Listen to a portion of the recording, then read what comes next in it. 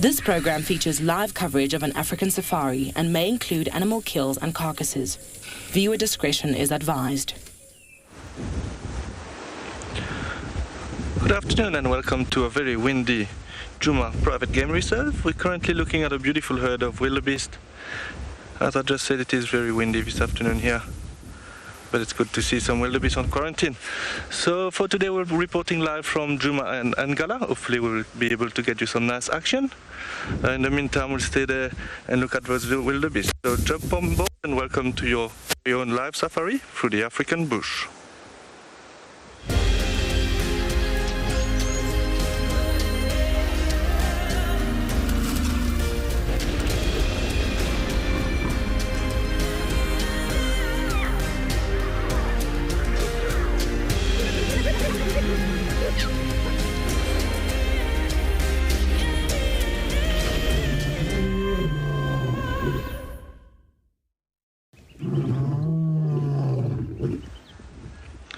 Welcome back to Djuma. So we're currently still looking at those wildebeest on quarantine.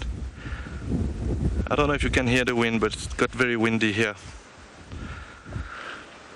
My name is Cedric and I have BK on camera with me this afternoon. So our plan for this afternoon, we will bumble around, see what we can find.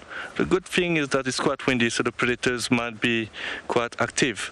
So that will make our life a bit easier. Although we might check on the calamities a bit later. In the meantime, we'll just sit here and look at those wildebeest, and then we'll start moving. It might be a bit stressful for them now with the wind because they can't hear predators approaching. So this is why it is an advantage for the predators to hunt in these conditions. Don't forget to send us your question on #WildEarth, also at FC on YouTube, and you can register on our website and go on the live page to submit your question. If you're underage, please, you can send us questions as well by email at quickkidsquestions@wildearth.tv. Please tell us your age as well. We would love to hear from you. We're busy grazing and sitting around here. I think they feel quite safe. On quarantine, it's nice and open. You can see the wind on them.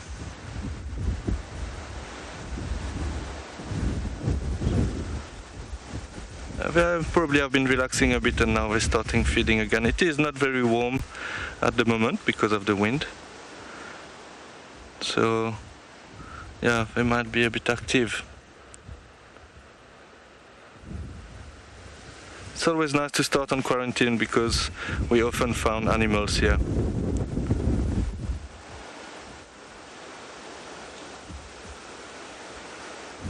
I think we ended the show this morning with them actually. They were moving more west, but they probably made a little U-turn and came back here.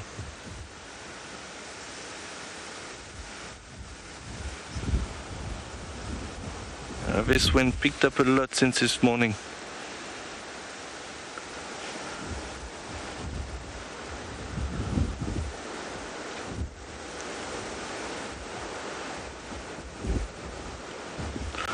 Michelle, you would like to know if we often find predators on quarantine. On my side, I never saw a predator here, but I know that Lorraine at Tingana on quarantine, and she also got the wild dogs a few days ago. Tingana like to walk on the road next to quarantine. So yeah, you do find predators on quarantine. But me on my side, I never saw a predator here. Hopefully, I will see one soon on quarantine.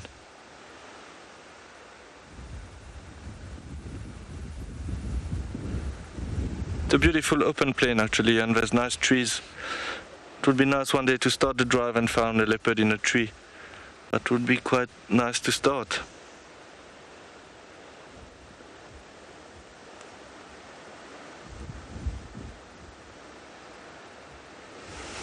Okay, so it's nice and sunny here, but windy. Let's see what is the weather in all our locations.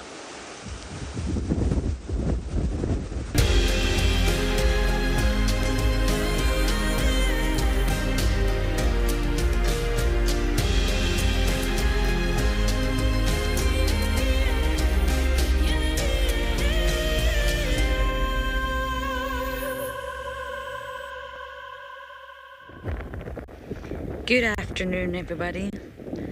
You've already been told it's very windy, but it is indeed very windy. It's not all about the predators. Every species, every organism has their place in the ecosystem, even us. Good afternoon, my name is Lauren. I do have Davi on camera, and I'm not loving the wind entirely, but we have came down to Gowrie Dam. And the impala are everywhere. It's like a sea of impala. I think if we go forward, Davi, it might actually be a little bit nicer for you. Sure. And naturally, the wind blocks their senses. So they, the prey species, wow, see, it's like a sea of impala. Need to figure out what they can use to their advantage. And their advantage is herding together, living the herd life. Diluting.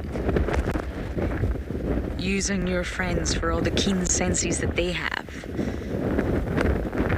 And that's why they're all together here. It's not a coincidence. And it's interesting to watch animals over time, especially... especially during seasonal changes, climate change, weather pattern changes, and just see how they adapt. It may be very subtle, it may be very minimal, but it also may not be. They may make changes on a larger scale. But it's definitely the impala party down here.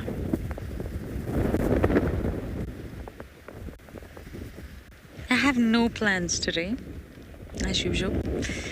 I am going to bumble south though. Really want to try and catch up with some hyenas. Don't know if it's going to be possible, but I won't know until I try. I have put a message on the group that we have here just asking anybody if they do see hyena cubs in the south at a termite mound denning to please let me know. Because I really don't know where they are.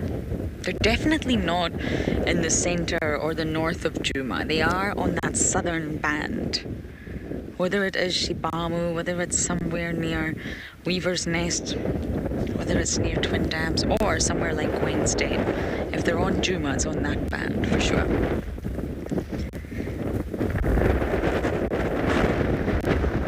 Wow.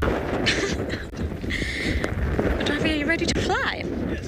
Okay, let's bumble and try and see if we can seek some shelter from this wind.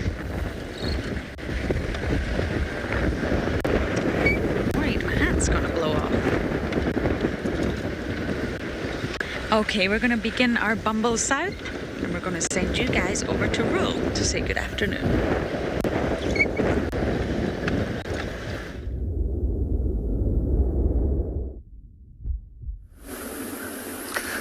Good afternoon, everybody, and welcome to andBeyond, Ngala's Private Game Reserve, where it is quite a warm and windy afternoon for us today. My name is Ruel, and behind the camera we have Morgan this afternoon. And then our plan, it is to try and head back towards the sighting of the Ngala female, praying and hoping that the cubs will be there for us to get to see this afternoon. And then maybe later on move out. We heard rumors of the other members of the Birmingham Pride with these small youngsters were also found late morning. So maybe we might be able to get to spend some time with them as well before the sun goes down. So we'll see how any of that goes, or how all of that goes throughout the entire afternoon. For now, we should be at that sighting with the Ngala female in the next 7 minutes, I think. So.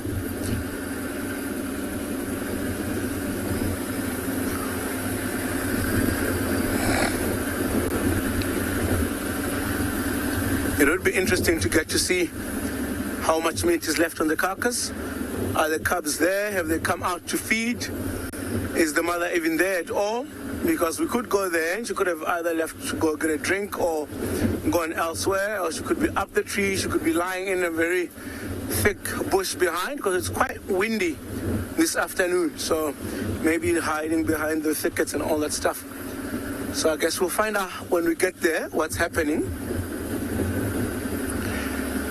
And what these leopards have been or may have been up to throughout the entire afternoon.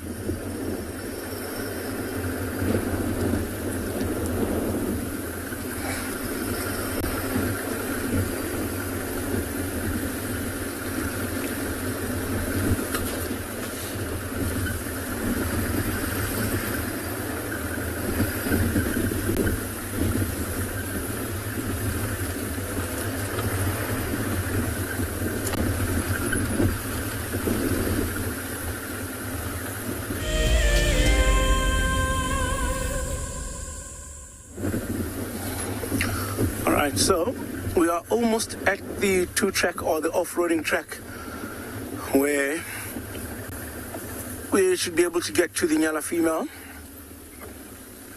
So wish us luck, guys. Hopefully we get to find this female for you.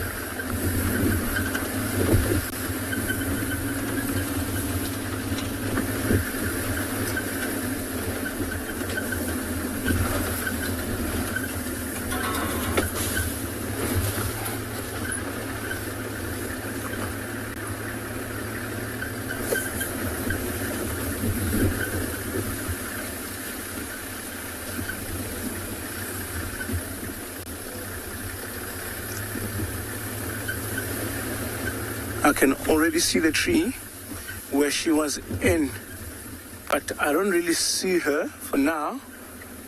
So maybe when we drive around to the other side, we might be very lucky to get to spot her.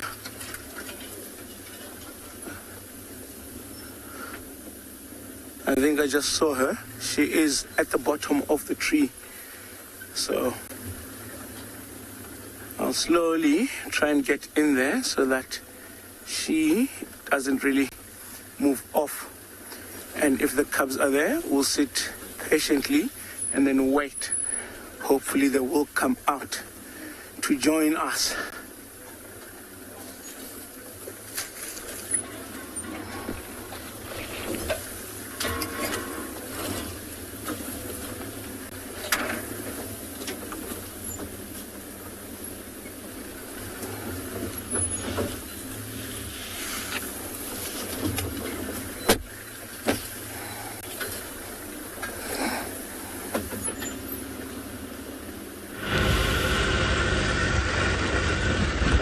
Welcome back with us.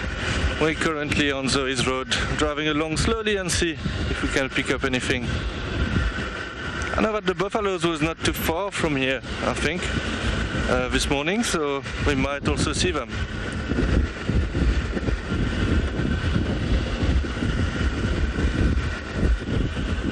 At least it is nice and sunny, but very windy.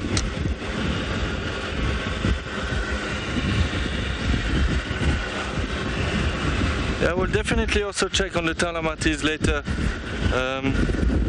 We might even a bit later, not too late, but soon, to go check in the same area, sorry. And then spend some time with them, maybe moved off, and come back later when they start to be mobile.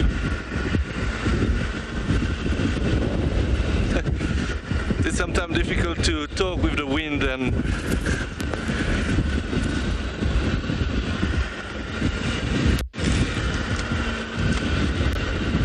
it is a good road for leopards also here, so we're still looking for tracks.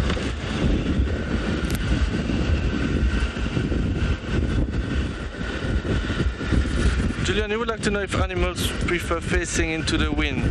Yeah, technically yes, because then if there's a predator on the other side, they will be able to smell the predator. Yeah, it's the same thing for the predator. They will approach the animal facing the wind, just for the prey doesn't get their sense.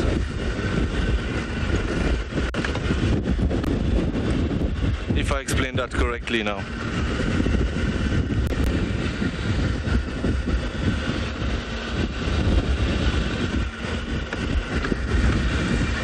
So a predator will approach in. It's much better for the predator.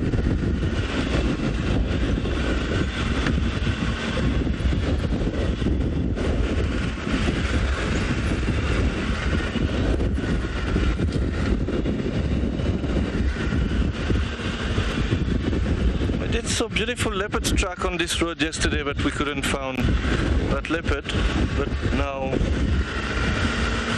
I don't see, there was lots of traffic here this morning also, so maybe they drove on the tracks and then no other animals crossed here.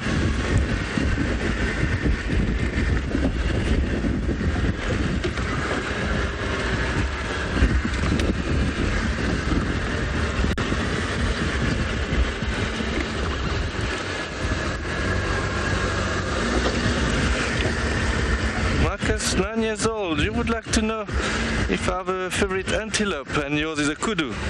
I think I would agree with you. I really like kudus. Definitely one of my favorites, especially the big bull with nice horns. I really like kudus. And yeah, I think I will be the same as you. I would say kudus. They can also jump very high, up to 3 meters from a standstill, so they are very impressive antelopes.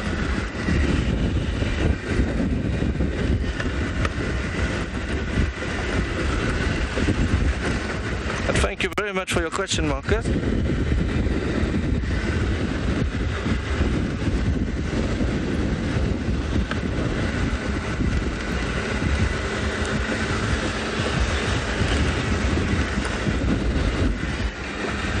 So where we are now, it's a little bit elevated, so we can feel the wind nicely. And make it a little bit trickier to listen for alarm calls as well, because you can hear less well with when the wind is blowing.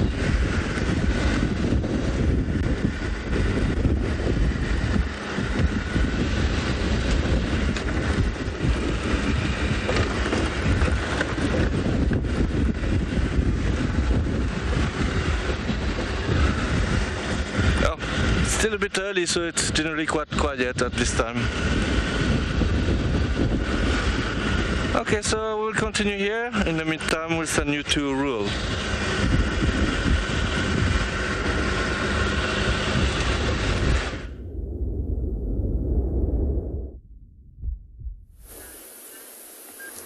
Alright. Looks like we managed to find her at the exact same spot where she was this morning. It's just that now she is a little bit down on the ground. We don't really have visual or can't really see where the cubs are at the moment. So we're hoping that if we maybe sit down and wait patiently for at least 10, 15, 20 minutes just to see if any of the cubs will come out. Like I said, it's quite windy. It's possible the cubs could be next to her, maybe in a thick bush behind her, and all of that stuff. So let's wait patiently. You can see how she's heavily breathing and how much she's panting. It's because she's full-bellied. Most likely have been feeding on that carcass up there. Because when I look at it now, it's just not much meat left. I think around about 20%. 15-20% left on that carcass. So I don't think that tomorrow morning these animals will still be here. I think what she's going to do, maybe take the cubs to a place where there's water. The Timbawati River isn't too far from here. Maybe I think 100 meters away from that. Maybe in there might be a well that has got some water in it that she might take the cubs through and then to have a drink for her own as well.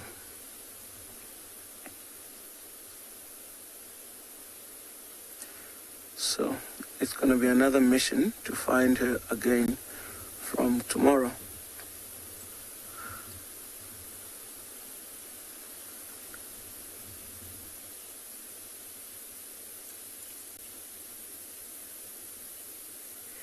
Lindsay, you're asking if leopards regurgitate food for their cubs. No, leopards do not regurgitate. What they do is, like this female has done here, leave the cubs in a safe and secured place, go off to hunt, and then once she's made a kill, either hoist that carcass up a tree, like in this situation, or leave the kill in a very thick bush, just hide it and cover it with some branches and leaves, and then go back to get the cubs to bring them to where the carcass is. And I've seen, in fact, most of the times when a female leopard's got cubs, she will go and get them if she's made a kill, but she doesn't bring them directly straight towards where the carcass is, because you could never know what could have showed up to the carcass while she was gone to go and get the cubs.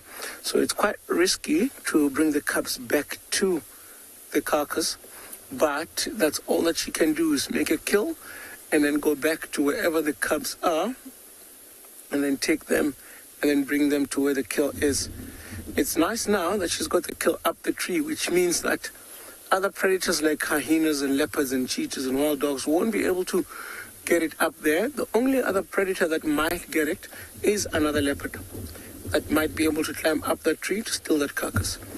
But also knowing that leopards, both male and female, are territorial, so most likely within her territory, the only other leopard that might be there is the male, who would be the father of these cubs. But otherwise, all females have their own territory. So she knows that when the carcass is up there, it's presumably safe.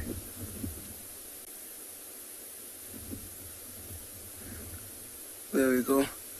Looks like she's getting up. She's also quite an unpredictable leopard at that. I think she looks like she's going for a toilet break behind the bush. I can almost guarantee you, now that we are certainly downwind, it is not going to smell pretty.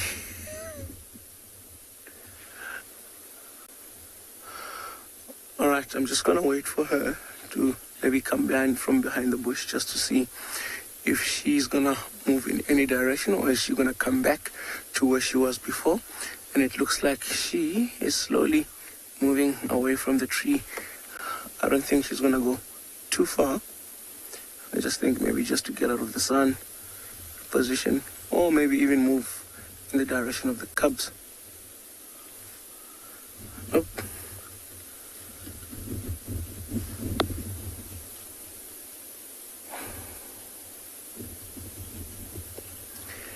Reggie, you're asking how is the population of leopards on Ngala.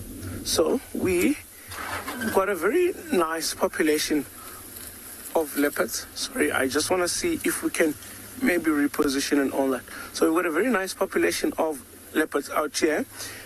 Primarily we get to see different leopards at different times and in the different parts of the reserve that we may visit. The problem, however, is that given the size of Ngala and the density of the other predators, namely lions, in here, it's not easy for other predators to actually stay or get to see them a lot. We'll just try and see for a view there. So we do get different males and females, and sometimes it takes a while to get to see.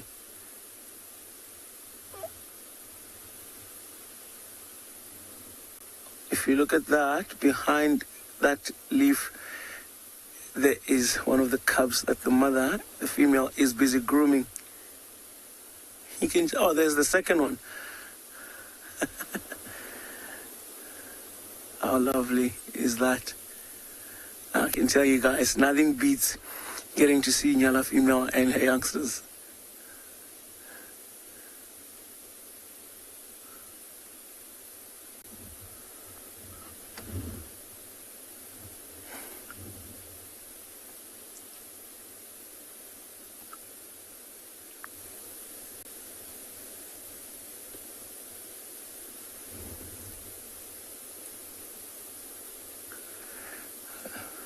You can see the young one through the thicket looking up at the tree.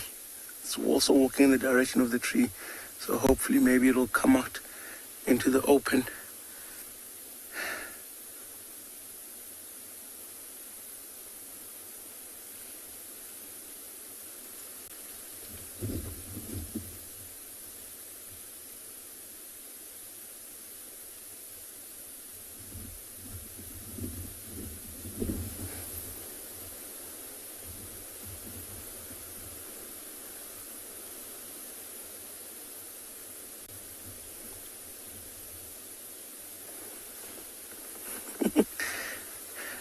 such a priceless moment.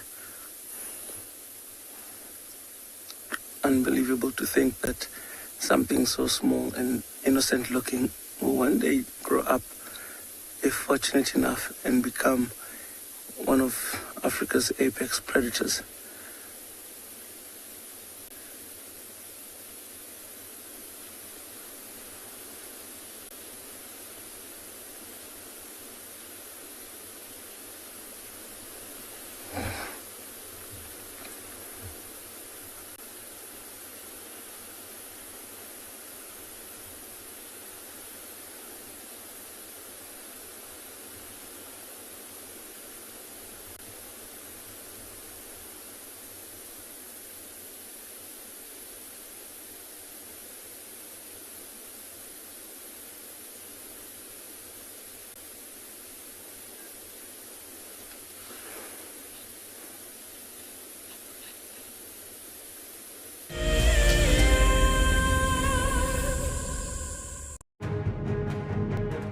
One thing that WildEarth strives to achieve is to connect kids with our natural world.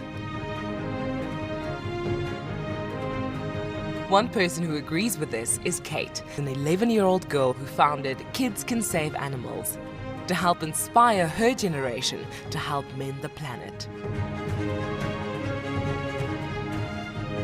Her motto is that kids may be young, but age does not define your impact.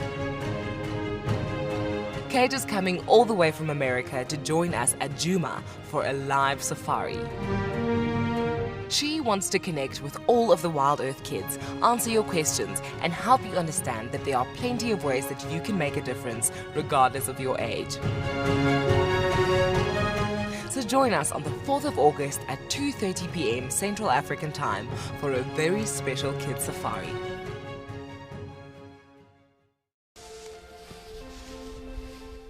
Hi, I'm Nikki, your guide here at andBeyond in Ngala. So my favorite animal in the African bush definitely has to be the zebra, because like people, with our fingerprints, every single zebra has a different stripe pattern. And, of course, a group of zebras together is called the dazzle. How unique is that? Come and join me or one of my colleagues here in Ngala for a sunrise and sunset safari on WildEarth. Something very, very interesting. I didn't plan this, but this is a scene rarely seen.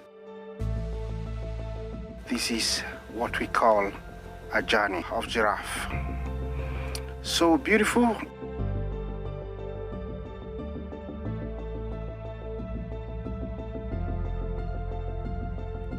Tune into WildEarth every single day. It's in your nature. Hi, my name is Tristan Dix, and I am a guide here at Djuma Private Game Reserve for WildEarth. We love connecting you to the African bush, and we always look forward to all of your questions. If you want to ask a question on WildEarth, you'll need to register on the website. Once registered, go to our live safari page and submit a question below the live feed. Catch up with me on WildEarth.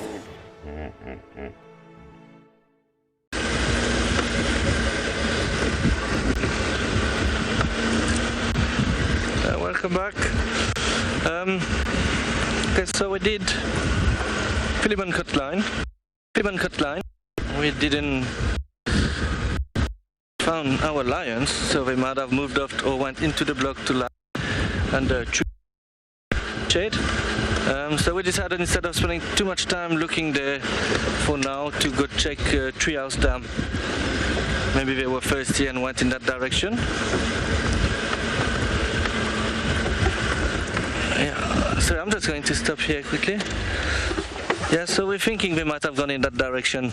We didn't see any trucks though, but I think it's a good idea to just go check the dam there. And if we don't see nothing there, we might come a bit later here to try again. Sometimes, you know, when they lie flat, even if it's quite close to the road, it can make it a bit tricky with the long grass to find them.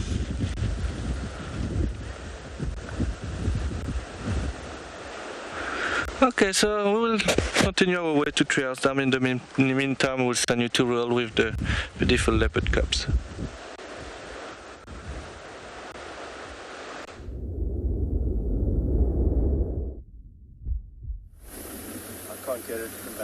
You can't get it from back there. Might be good. Yeah, good.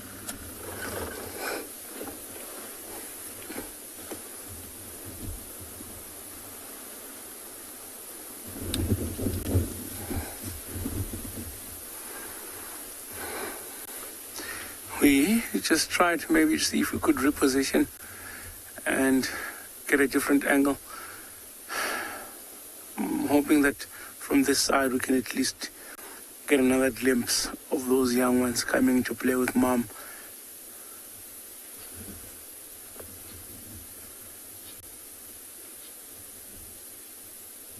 If you look at her face there, you can see it looks like she's, I'm not sure if she's snarling right there. You can see her whiskers.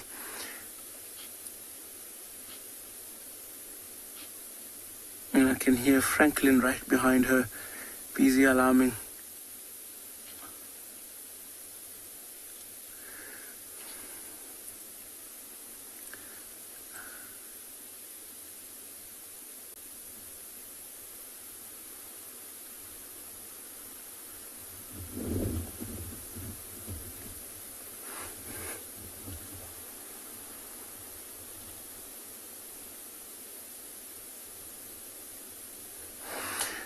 Good observation, Laura. You're asking that there's a lot of flies on her ear.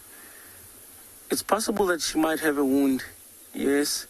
It's also most likely that when she was feeding, there might have been bits and pieces, small pieces of that carcass on top of her ears.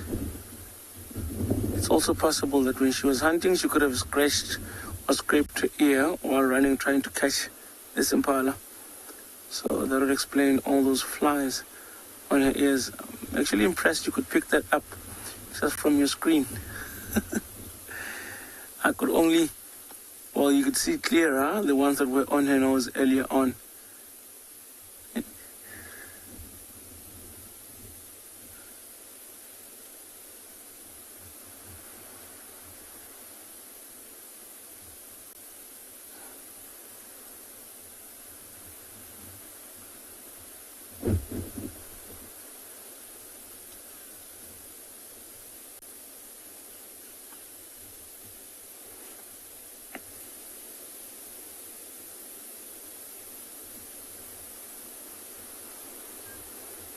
Emmanuel, you're asking how do predators such as predators get rid of ticks? That is a very interesting question. And I've seen other predators, when they groom each other, actually pulling the ticks off. And sometimes when they clean themselves, because if you think about it, this female, she could easily reach most parts of her body with her face. So it's easier for her to get, especially those big ticks, to get rid of those by her own teeth. And sometimes when these ticks have bitten her off, they do also fall off after they've had enough blood out of the animal.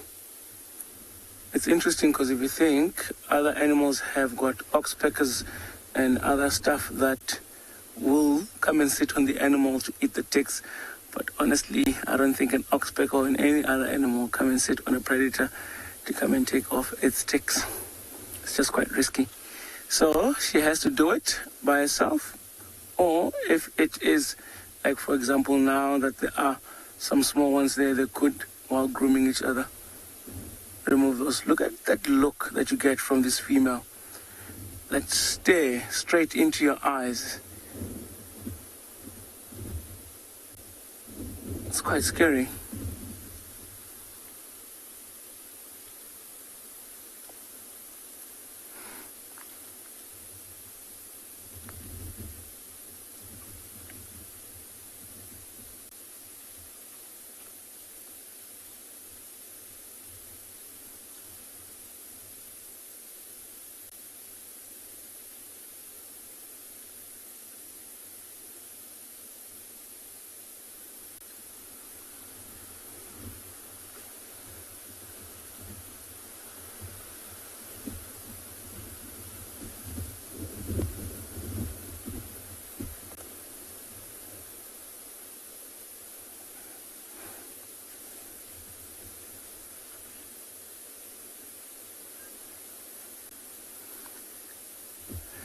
white mane, I would no doubt that this female is a very beautiful female.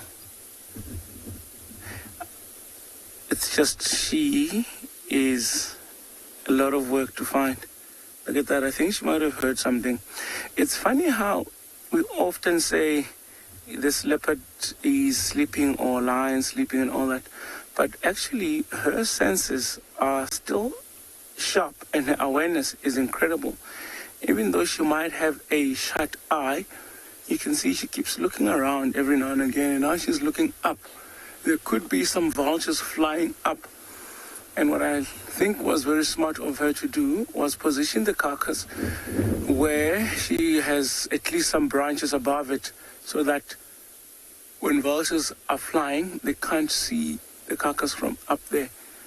So I think that's one of the reasons why she's looking up. And I think there was a vulture flying above her. So we'd say that she's sleeping, but her senses would still be active and sharp. And every time something moves close or someone gets close, she's the first one to pick it up before we even be able to pick it up. So this shows that even though she might be trying to rest, we see her getting a shut eye. Her hearing and a sense of smell is still very much reliable.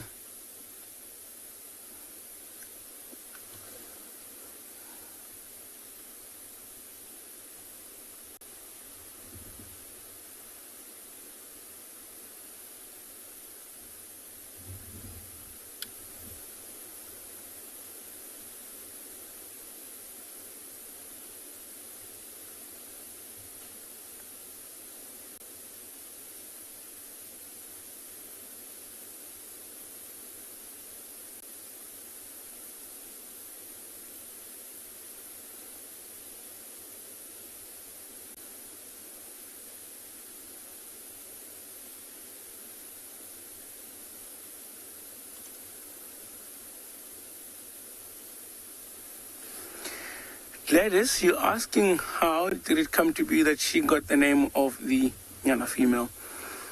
So she was born on this property and her mother was called the Black Dam female.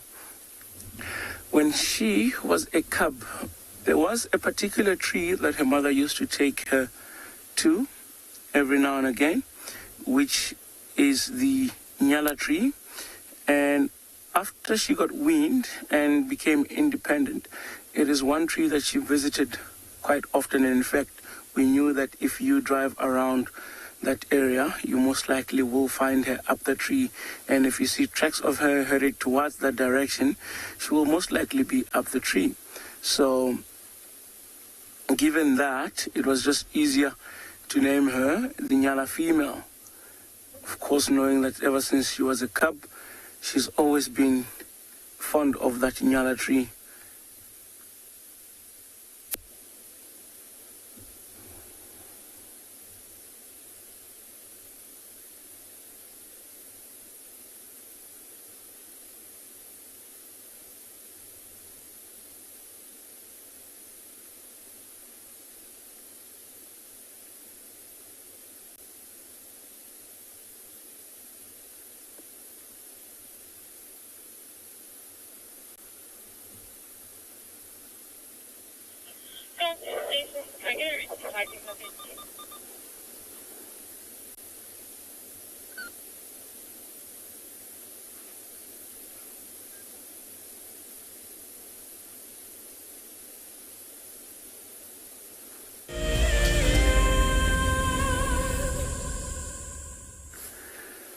I think let's just sit here quietly and watch, see if any of the cubs will come out. Just give it a minute or two, see if anything will change.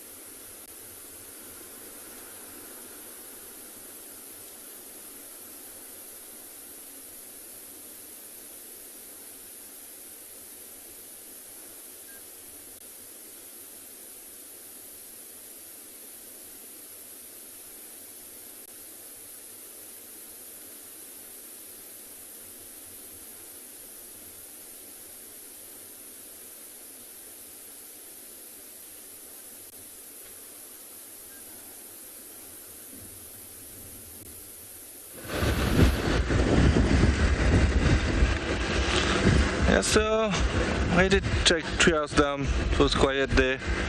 So we came back to Philemon's Cut Line and we're just driving slowly around here and see if we can spot the Telamatis again. So far, no luck. They might also have moved, huh? But they will still be in the area, I assume. Yeah, that was a little bit disappointing, but that can happen.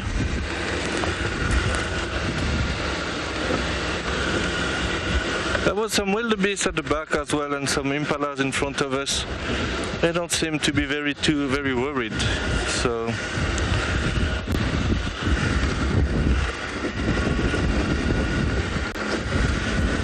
Jerry, you would like to know if animals go deeper into the bush when it's windy? Yeah, they do. Actually, sometimes they like to take cover to block themselves from the wind.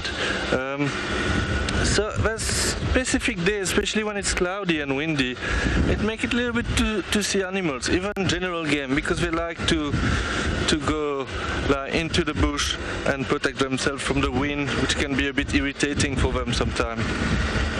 So yes, it can happen that we go deeper in the bush when it's windy. I'm not sure if the Telamatis did that now.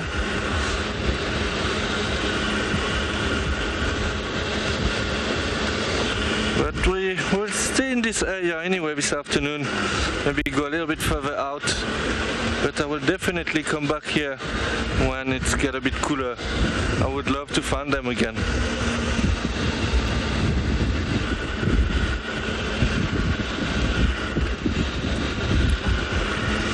So, for example, animal doesn't like to move too much when it's warm, but I had some experience in the past where we were watching 3 lionesses in the Kruger National Park, and one of my guests asked me if we are going to hunt the wildebeest that we were looking about 300 meters away, and I said no, it's 11 during the day, it's 36 degrees, and I don't think they will start hunting now. And as soon as I said that, they start stalking those wildebeest and they kill the wildebeest in front of us. So you never know, huh? It's sometimes the animals always surprise you. The thing is, I think one of the wildebeest was injured, so it was a good opportunity for them to try to catch it, even it was far and it was very hot.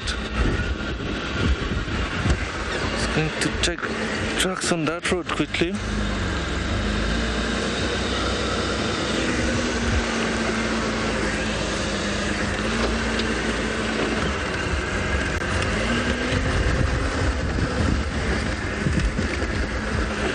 Haley, you would like to know if animal can sense incoming bad weather? I am not sure, but they probably do have an instinct for that. I would assume especially birds. But yeah, I don't have a definite answer on that, unfortunately. But I'm sure they are aware of the weather changing. It doesn't affect them too much, actually. You know, they will still continue in their same behavior and do what they do even if the weather is changing. It will just give sometimes advantage to some animals and disadvantage to other animals.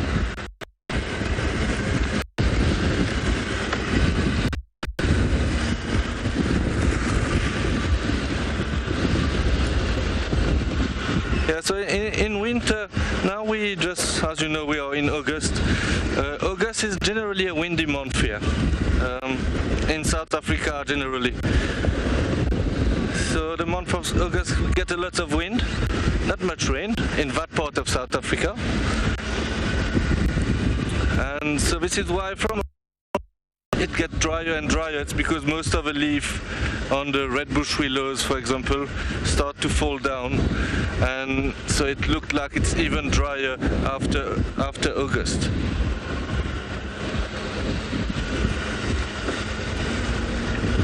Yeah, it's not very nice to have too much wind in the bush when it's dry. It can be quite bad for fires. But bushfires occur naturally. There's some benefits to it and some negative, obviously.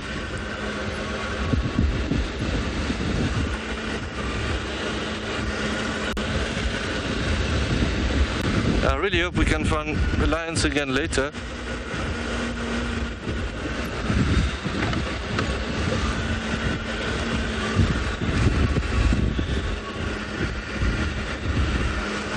Okay, so we'll check in that side of the reserve for now, and in the meantime we'll send you to Lauren, who's on a bumble.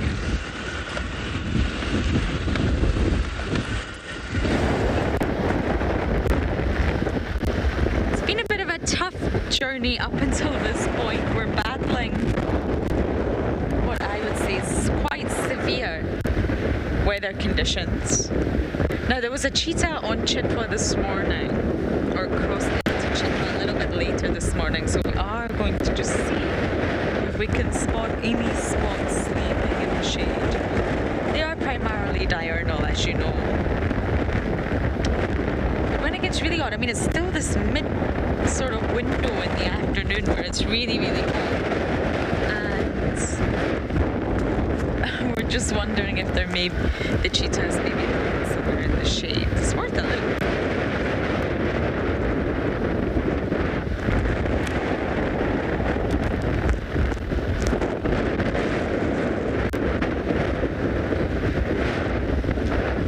But the impala look very, very relaxed.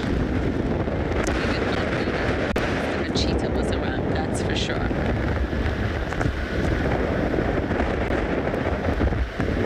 Okay, I'm gonna scratch around Chitwa, and you never know, we might get lucky with a different kind of spots.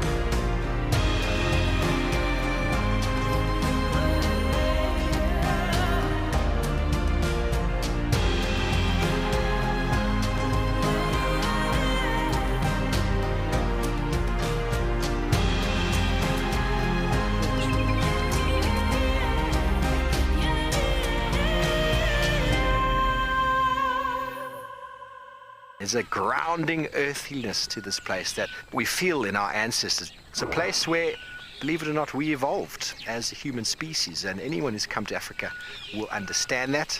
The connectivity that the continent has to the person and to people's souls is next level. I'm thoroughly looking forward to taking you on your next adventure when we explore all the small and big things. Catch up with the guides daily here on WildEarth. This is a battle of two great carnivores of the African wilderness.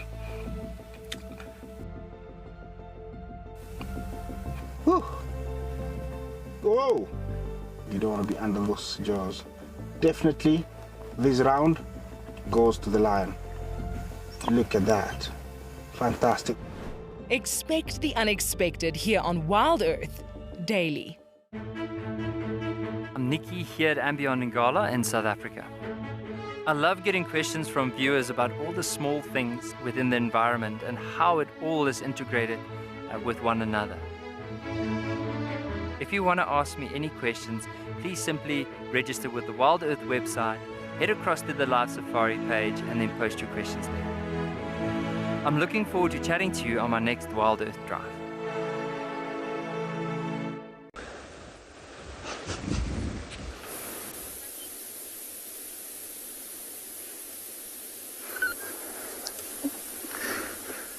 You can see she's decided to just put her head down and lay flat.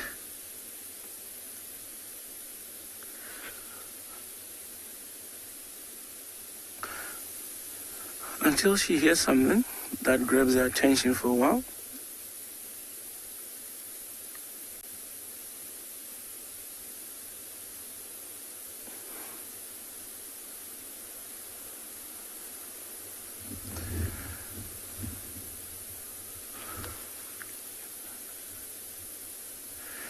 And what's fascinating, I've been sitting here while waiting for these youngsters to come out. And I've been looking at that tree there, which is where she has the carcass way up there.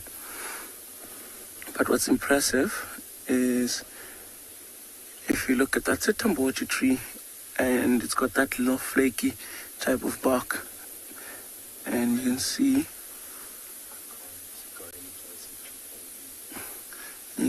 that it's just the legs hanging down.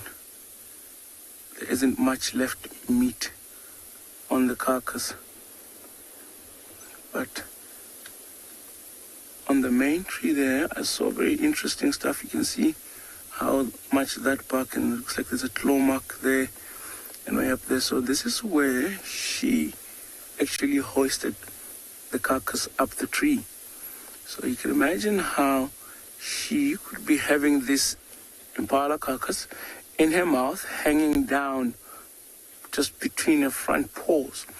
And for her to be able to climb up against that tree, I think it's just amazing, because there you can see her claws where she was trying to get a proper grip on the tree to make her way up to the top, to get a place where she can literally place the carcass in a safe position to secure it.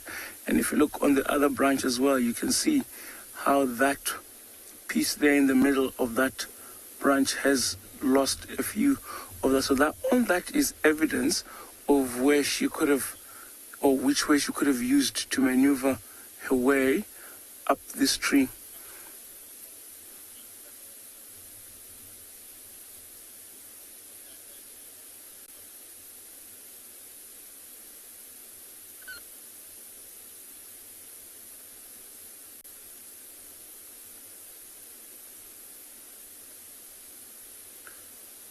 Just imagine the strength on her to be able to do all of that while holding an impala carcass in your mouth.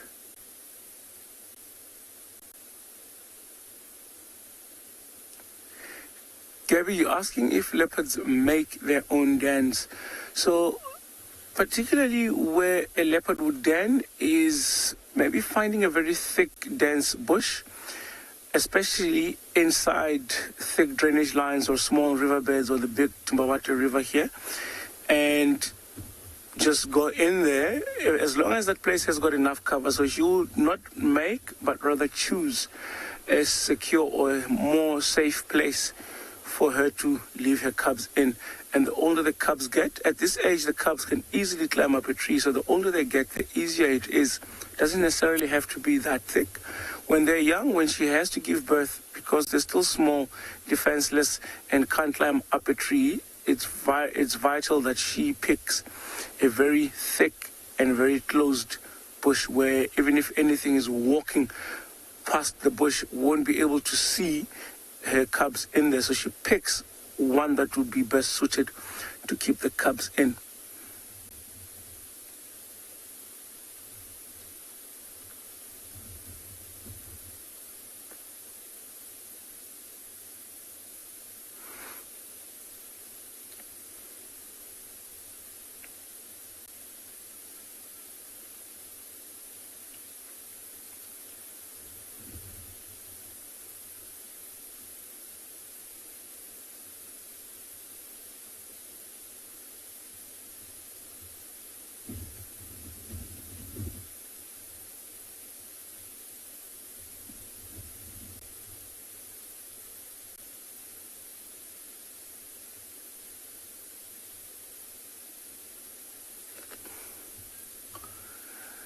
Joshua, I agree with you. And look, to think that a small, or rather a cat that size, can lift up an impala and carry its own body weight up a tree, it's amazing. It's just incredible.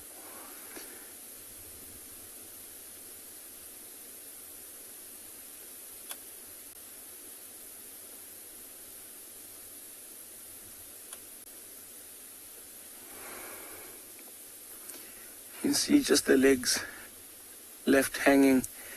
I'm sure that behind that branch there might be some bits of meat left. So she and the cubs will eat as much as they can, because after this, no one is sure when the next meal is going to be.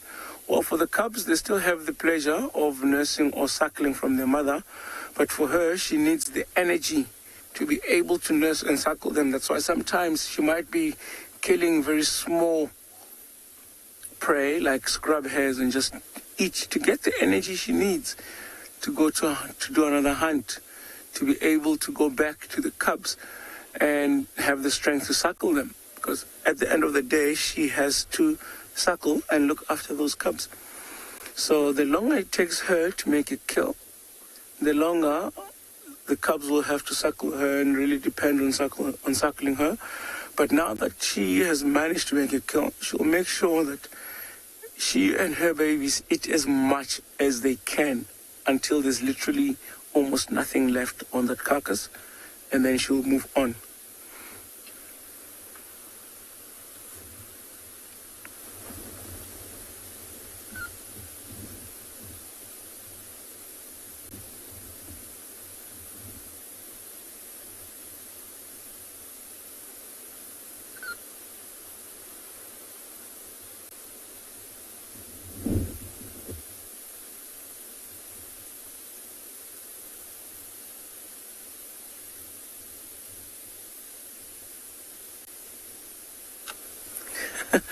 Pauline, you're asking why is she breathing so heavily?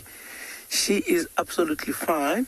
It is just the results of having a full belly.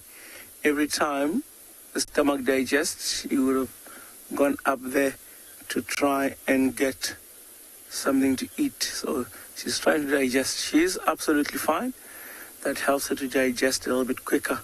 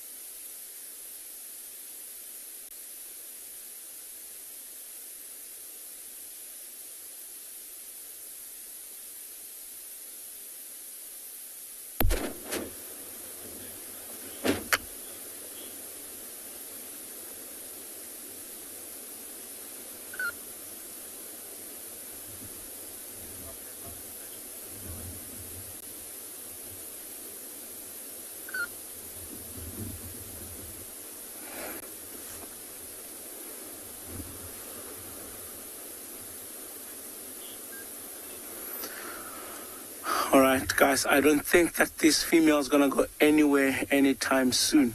So why don't we move on, see what else we can find for you guys this afternoon. And now we'll send you guys over to Lauren.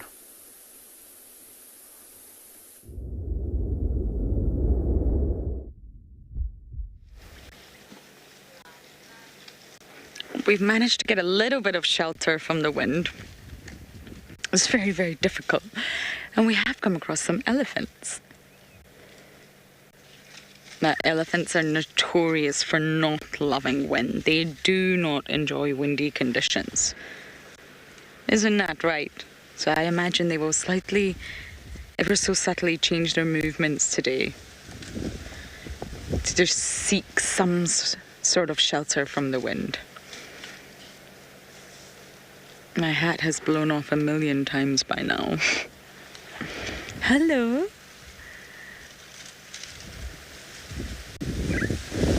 I'm now seen inside their mouths. We went into Mowati. Sadly, we didn't get any signal, which is really unfortunate, but still no signs of Mr. and Mrs. Wig.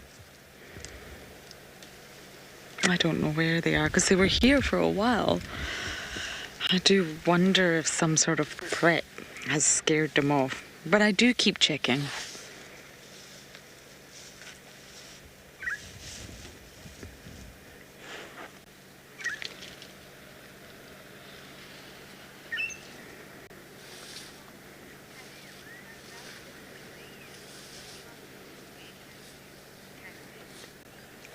Kathy, you're saying you love it when they lift their trunk.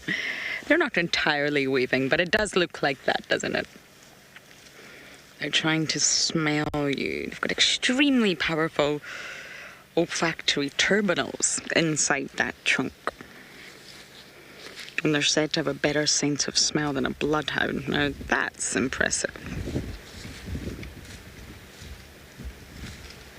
But they really, really can smell for kilometres upon kilometres, and especially fresh water sources. Elephants are fussy drinkers. I'm also fussy with water. There's certain brands that I like and certain brands that I really just don't like. Elephants are the same, and they really use their nose to sort of sniff out the freshest, cleanest, most delicious water. They're said to be able to do this for up to 12 miles. In each of those olfactory terminals, there's about 7 of them. They're packed with millions and millions of olfactory receptor cells that are solely sort of specialized for smelling.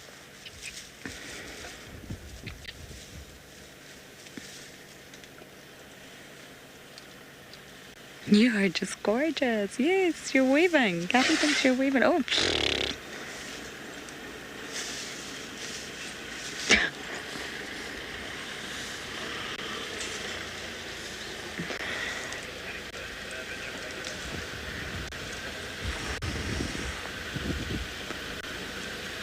That was not a real threat in any way, shape or form there. That was just a show off. I'm bigger than you.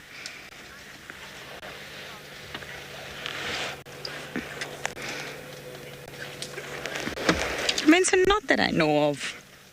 I mean, all organisms know where the water is. They don't not know where it is, especially all the animals that have been out here a long time. So I would think not. I don't think there's any particular species that would follow elephants just for water.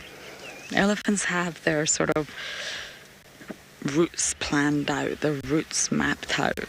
They're very predictable in where they're going to go during which seasons, and all of that knowledge comes from the matriarch. So they just have water points that they prefer over other water points. But I don't think any species would follow elephants for water. Water is so integral and so fundamental to life that all life out here knows where water is. The drongos. I just saw one. The drongos follow the elephants for food, because naturally these herbivores disturb all the soil and all the insects, so they'll follow them for food, but they really won't follow them for water.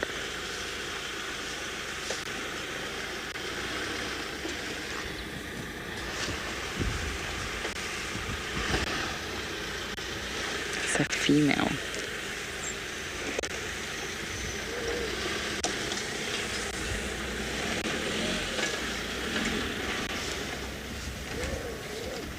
Now we are going to go and check on the Nkuhumas in a bit, but I don't want to go on the dam wall just yet. William, not at all. They are not part of raising offspring. The sort of herds of elephants are very matriarchal, very female dominated, and very similar to lions, I guess, in a respect. The young males are ousted from the herd at quite a young age, around 12 to 15, give or take, depending on various different factors. When they reach those teenage puberty years, they're ousted from the herd, and they start quite a nomadic life, or they'll join up with other bachelors. When the bull does mate with the female, that's all they're going to let the bull do. Females are very protective of their herd and their offspring. No male will take part in that. You will see bulls in must following herds, especially if there's a female in estrus. So you sometimes will see the big bulls with the herd, but then he'll leave. He won't stay with the herd for long. Once his work is done, he will move on and find another herd.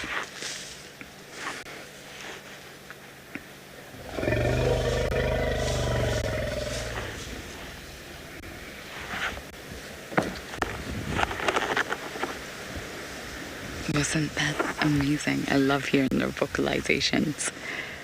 Okay, we're going to sit here just a little bit longer and let the elephants do their thing.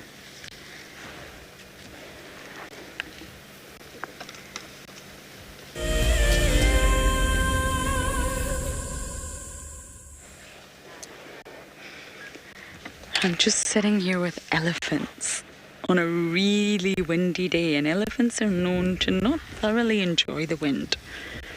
I'm not going to turn on my engine and try and reposition too much. We're just going to sit here and enjoy watching them. There's a female and I think a young male behind us. So it is windy today, but let's just sit. Oh, bless you, Davy. Watch the Ellies as they wander past us.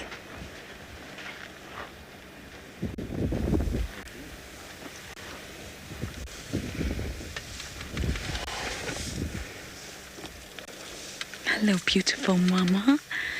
Yes, you're lovely.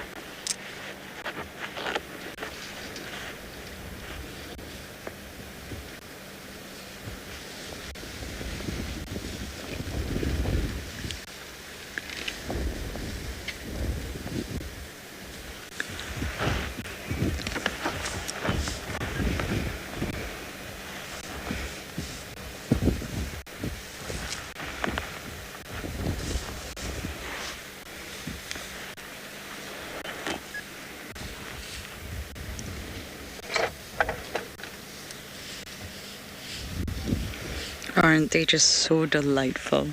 There's nothing quite like Ellie's on a sunny day.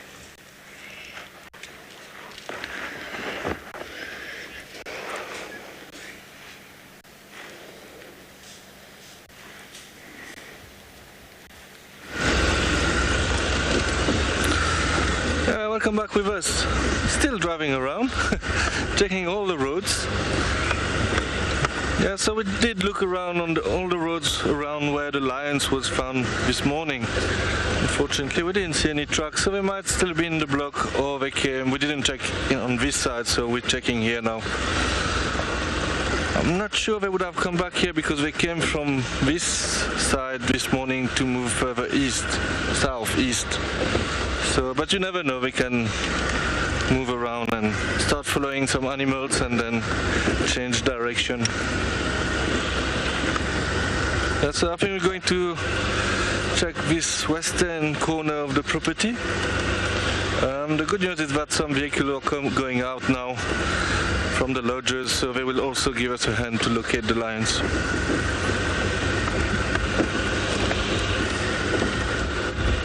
It is a very slow start for us this morning, but we've been trying to find those lions again for quite a while, so I think now not much expectation. We're just driving around and see what we can find.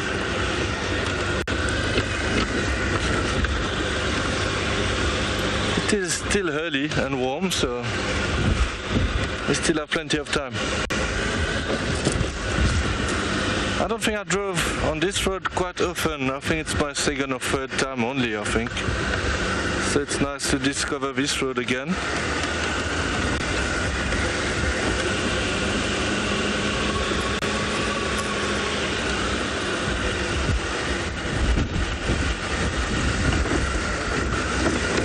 question. This morning we saw with the Pride eight lions, including Darkmane.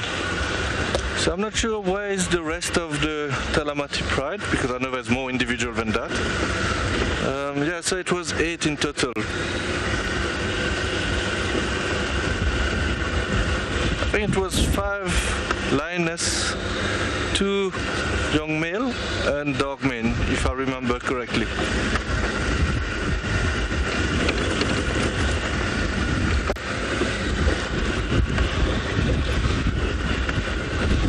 Yeah, it's a bit sad that they move up, but anyway, they would have been probably lying now and not doing much.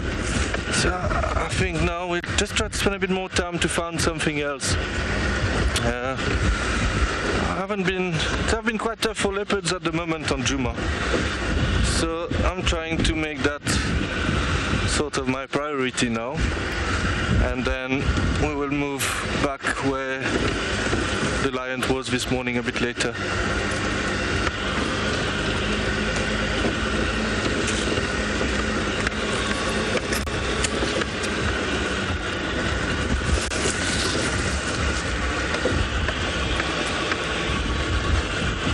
Yeah, so still bumbling around, huh?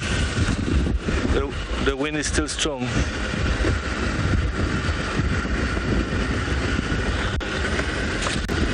Sharon, you would like to know if I think there was something wrong with that honey badger the other day. I can't say 100% that there was something wrong, but it did look a bit weak. I'm not sure why. And also, he was drinking a lot of water. So I'm just going to stop a second here just to explain a bit the sighting here. So we saw this honey badger, and he went to drink water twice, and it was the first time for me to see a honey badger drink, so that was quite nice.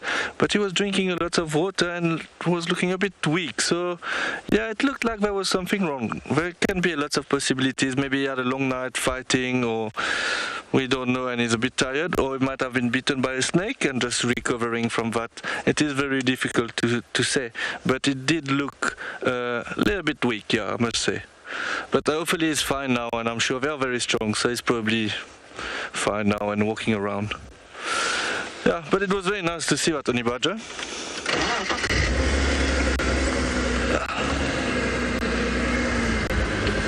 It was a great sighting because we were watching Darkmane sitting there, and there was a bit of activity on our left, and then we saw this honey badger coming to drink.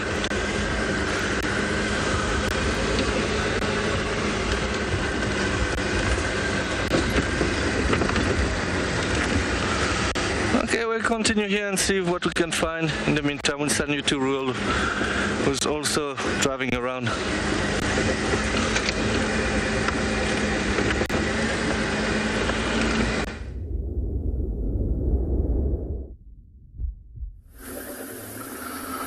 All right, so we have left that female, the Ngala female, and her youngsters.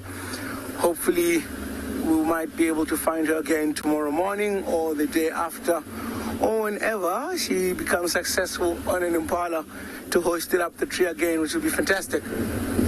But for now, I think, what do you guys think? We head back towards Clara Dam, where those lionesses in the morning were showing interest at anything that was coming down for a drink, just to see if they could have moved from where we left them, if there are any developments or interesting changes.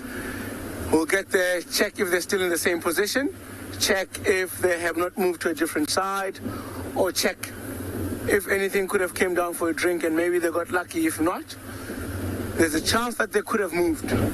And if they have, we might just have to track them down for a while just to figure out where they could have gone. I don't think, however, if they've moved, they would have gone very far from where they were this morning. So I think let's try that and then see how lucky we get.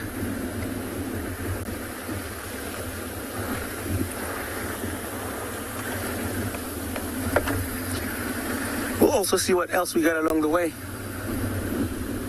It would be nice to get a male kudu or Ngala or a bushbuck, something different to what we often get to see.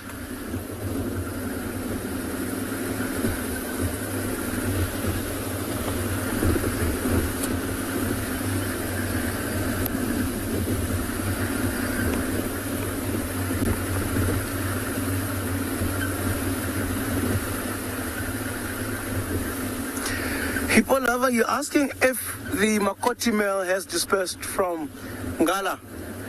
It's hard to say because that male sometimes disappears. It's interesting how he used to be one of the males that we used to see almost every single or every second day to a male that we now see once in a while, like after some time.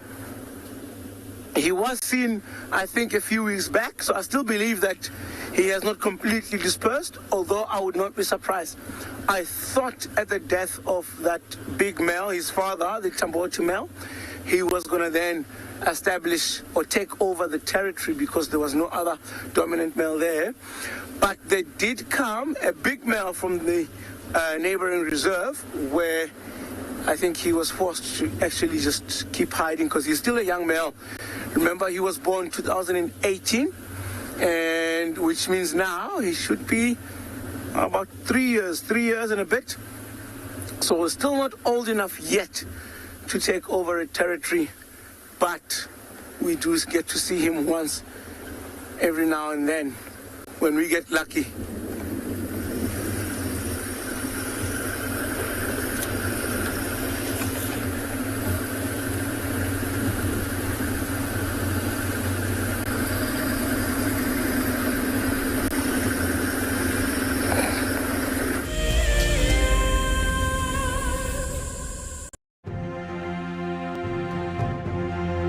Kate Gilman Williams is an 11-year-old girl from Austin, Texas, and we think she's amazing.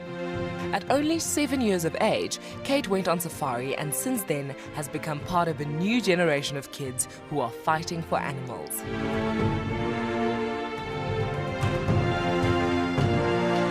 She has written a book, offered extensive support for a number of conservation projects, and recently teamed up with Microsoft to start a club. Kate believes that advocacy has no age limit and that if she waits until she's an adult, then it may be too late.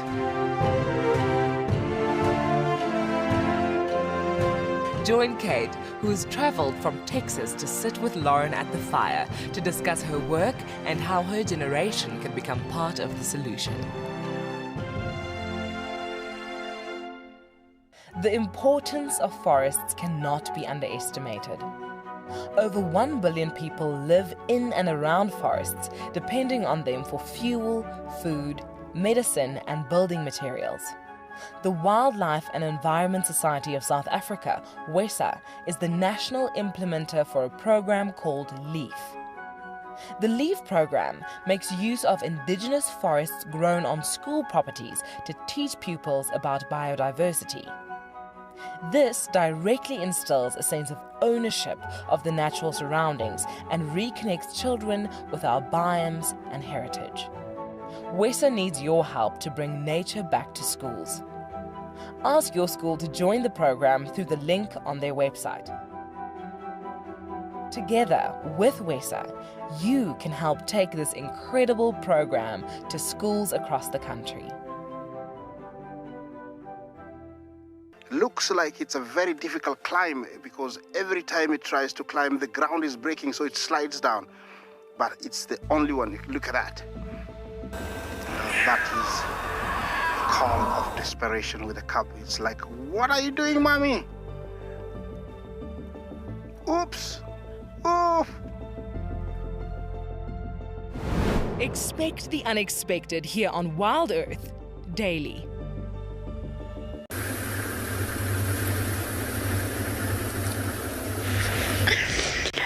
We're back with the nkuhumas, everybody.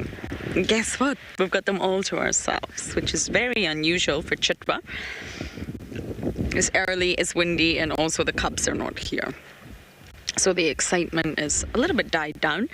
But that great big beast that has now rolled onto his back is Blondie. Now, in my opinion, and beauty is in the eye of the beholder, I think Blondie is a very handsome lion, more so than Mohawk. Mohawk is gorgeous and unique, but for me, Blondie, is a very good-looking male lion. So maybe if we've got time today, we can sort of, once they start moving, between all of us, start to establish who's here. We know Reginald's son is here. But other than that, I really don't know who else. I know the Avoca boys are here. But otherwise, we'll need to work on this together. Tony bodies are Tony bodies. I think this is my 3rd drive in a row now seeing the Nkuhumas. The 4th. My goodness. This never happens.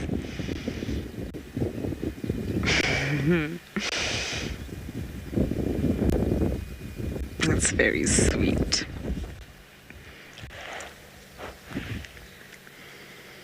Now, Reginald's son, I believe there's only one now, is the oldest of the previous litters from 2019 Cup. So he's the biggest. Then underneath that, we'll have to establish exactly who's who. And I will definitely need all of your help.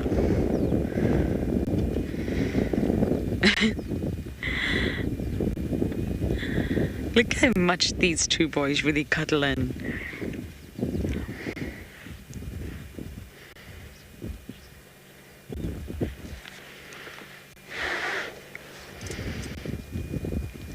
We're getting a little bit of movement. And because it is windy and cold, I'm guessing they're going to get mobile earlier today. Oh, this one's limping, Dab. Do you see that on the right? It's a Subaru. Limping quite badly.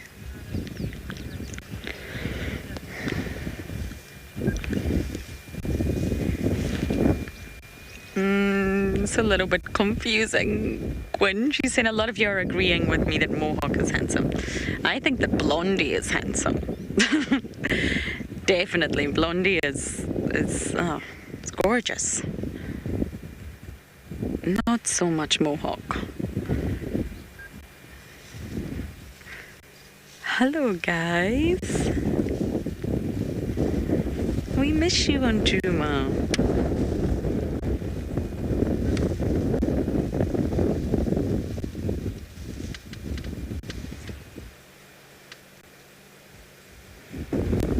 Please don't go to the bathroom there. It's very windy today. We are downwind of you.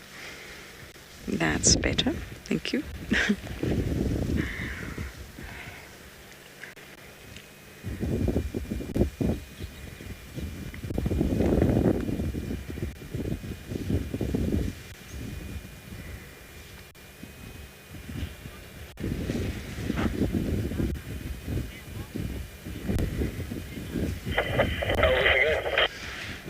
Leopard lover, 100%. That is correct. They are all best friends until food arrives.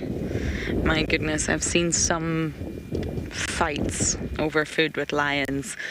It was actually the Nkuhumas on quarantine 2 Christmases ago, and Steve and I had been looking everywhere for them. I'm sure it was Christmas Day, and we drove ourselves absolutely mad, and what we didn't realise was the roads had been dragged. So we don't see the tracks, but actually the roads had been cleared, which means the tracks had been moved away and we didn't find them. But lo and behold, we went on a Christmas bumble.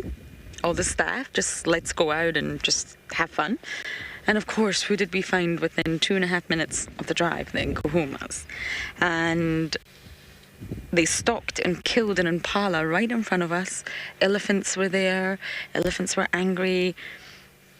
Darkmane was there. Darkmane just chased off all the females. And it was an extremely aggressive encounter. The females were actually picking the cubs up by the nape of the neck and the ears and throwing them away from the carcass. Oh. I'm sure I remember posting those videos for you all. It was really, yes, they were not best friends that night, leopard lover. But that's normal. I went into sort of life in a herd and life in a social dynamic.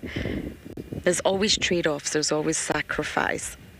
And that is, you will have to share food. And that's also sometimes why you'll find lionesses going off on their own, other than when they are pregnant or mating or looking after cubs. Sometimes they'll just go off to get a snack that they don't have to share. There's a lot of bodies here. A lot of tummies.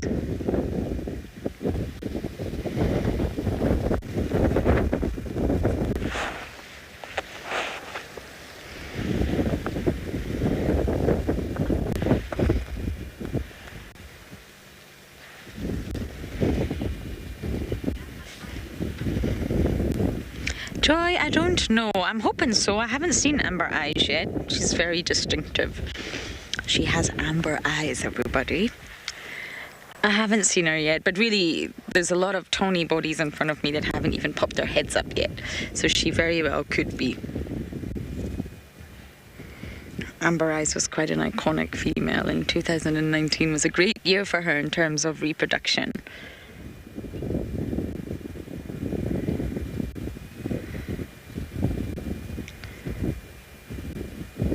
I'm just so used to seeing the Talamatis now. I've got the Talamatis imprinted on my brain that when you come down and see a different pride of lions that you used to know, you think, wow, I used to know you guys.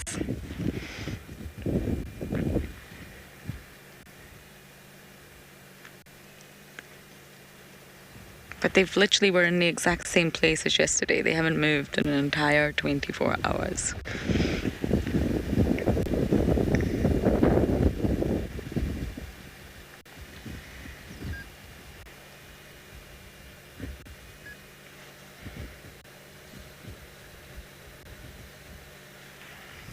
Okay, we're going to continue to sit here with our Nkuhuma pride.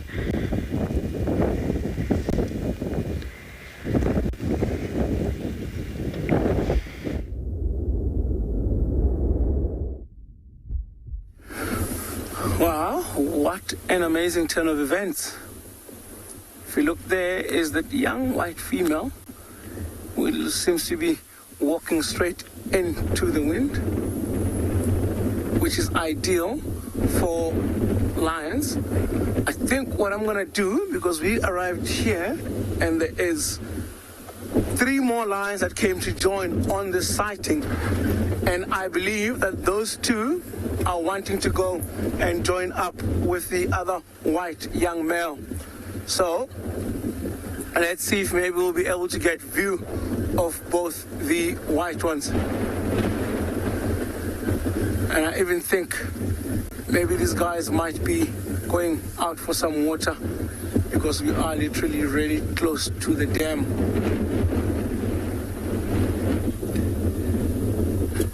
I think I'll stop here for now, see what happens if anything changes or develops. We'll get closer. You can see the sun is out. There's a very prominent wind blowing in a north, slightly westerly direction. And these lions are getting a very cool breeze from the water that is blowing straight towards them. And it's not that hot, so that's why they opted to come and lie down in the open area. How fortunate. All right, let's see if we can get a nice position. And then we'll park, sit, wait, and watch.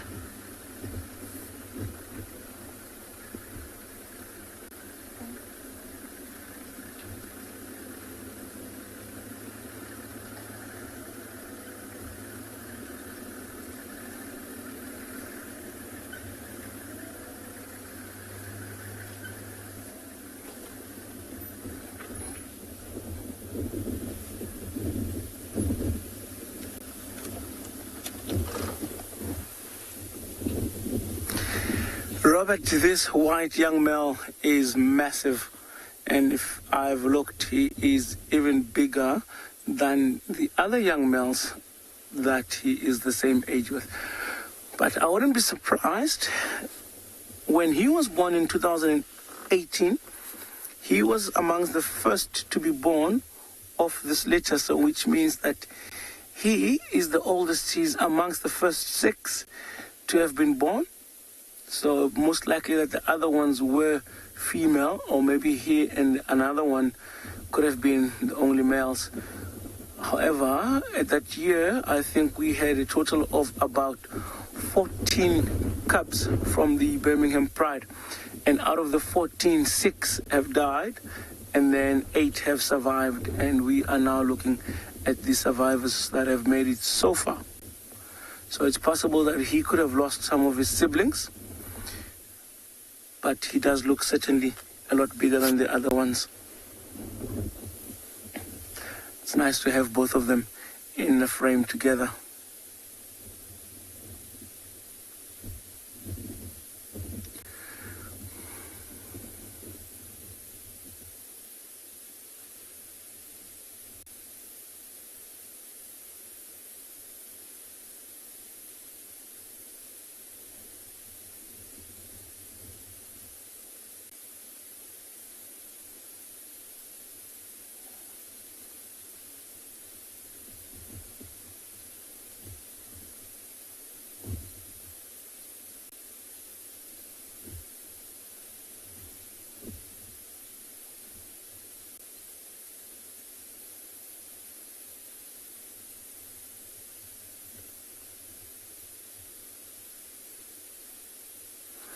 Danny, you asked him how many lions are here where I am. There are 6. If you remember, if you watched the show earlier this morning, we had 3. We had one of the old lionesses and 2 sub-adult lionesses. And then now we've got the 3 young males that have come up to join. And I think these lions are just trying to regroup, find each other. They could have separated or lost each other while hunting.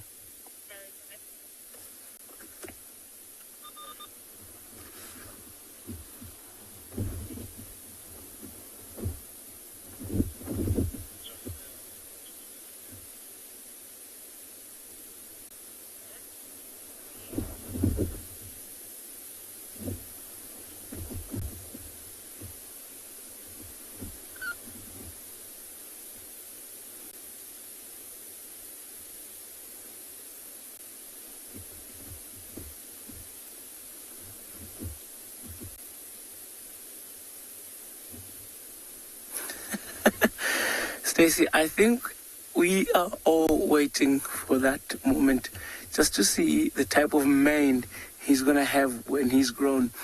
And I can already start seeing a bit of ginger coming out of his chest and down his chin and behind his head. And it's there, and you can see the signs of the mane starting to come out. And you can see now when the wind blowing, you can see the mane on his chest. But it would be very impressive to see if he makes it to a full-grown white male lion, full-grown mane on him. I think it's going to be impressive, and I think it's going to be ridiculously very good-looking. Imagine the older he gets, the darker the mane becomes, and then he has that black or that dark black mane. If he's going to get that, that's going to be even more ridiculous to look at. So I can't wait for that too. It's sad though that he is going to leave, or you can see now that he had his head up the mane. It's sad that he's going to leave because the males are busy kicking them out. But it will be impressive, also interesting to find out where he's going to go, how far he's going to go, and how is he doing and all that stuff.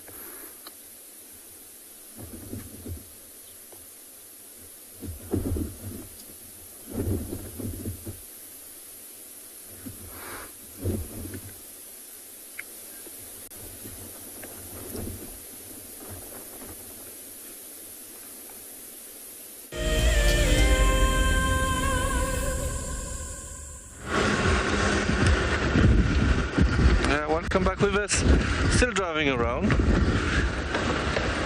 It is very quiet where we are at the moment. I didn't see much or many animals, but it's always fun to drive around.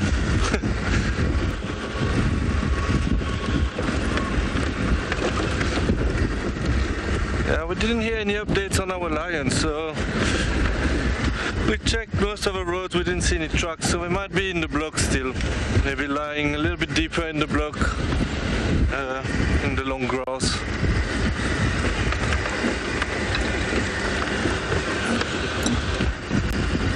Hopefully we'll get some updates soon, but we're also still looking.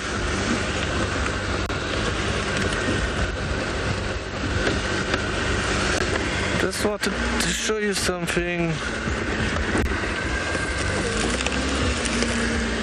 Yeah, so you can see this big marula tree have been pushed by elephants, and you can see on the side of the bark there's lots of mud. So basically when this tree was standing up, the elephant used to rub themselves against it to scratch the ticks off, etc. So it was used as a rubbing post. But I think what happened after, when there was beautiful fruits on that marula tree, they pushed the tree to be able to access the fruits, the marula fruits. Yeah, you can see how powerful elephants are, to push a big tree like that. Sometimes instead of the tree falling, the tree breaking off, and this shows you even more the power of these animals.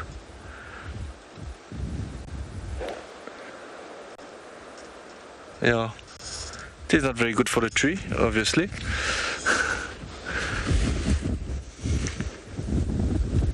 Yeah, marula trees are beautiful trees, so it's a bit sad when big one like that are on the floor.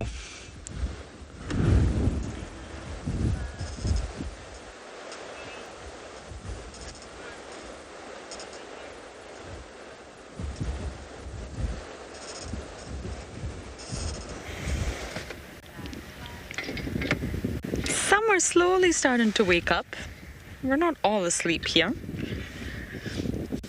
Now, many of you know the Djuma Pride even more intimately than I do. But some of you might not. If you've just jumped on board with us, this may be a new pride to you. But they were our pride on Djuma for a very, very long time. And there should be 8 adult lionesses. Oh, look at you and that little mark under your eye.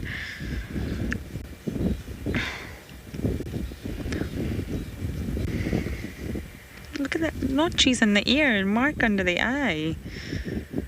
This is clearly a boy. I wonder whose son this one is. Can anybody help? We should have in the pride purple eye. Very obvious purple eye. Ridge nose. Amber eyes. Chella. She got named not so long ago. She used to be the youngest lioness, but you know, Chella's a little bit nicer. Pale-eyed lioness, nick-eared lioness, tattered-eared lioness, and the youngest lioness who happens to be, now the youngest lioness who happens to be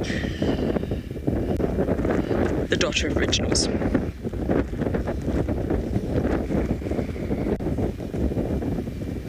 That's gorgeous.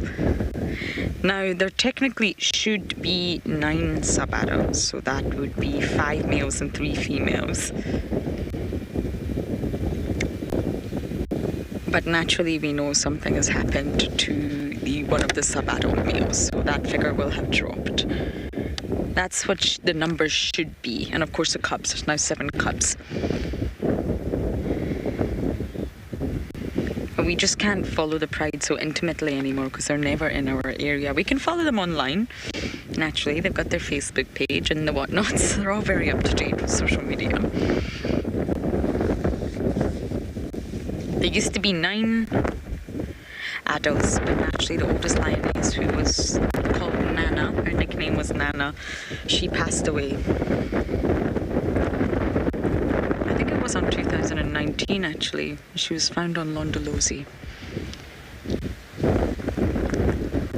She was a beautiful lioness, huge scar on her hip, an injury that healed, and she survived well.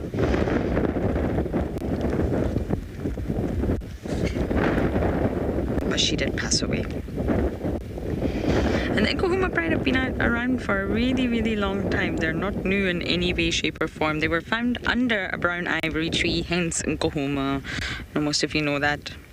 And I think it was in 2006 I mean, that's 15 odd years ago.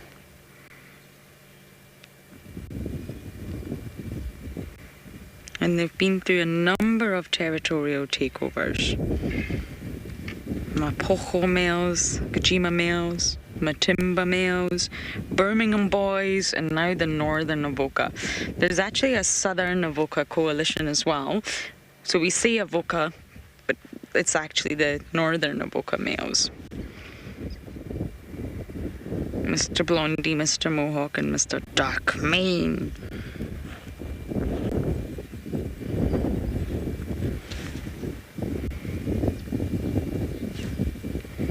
I know most of you know all that, but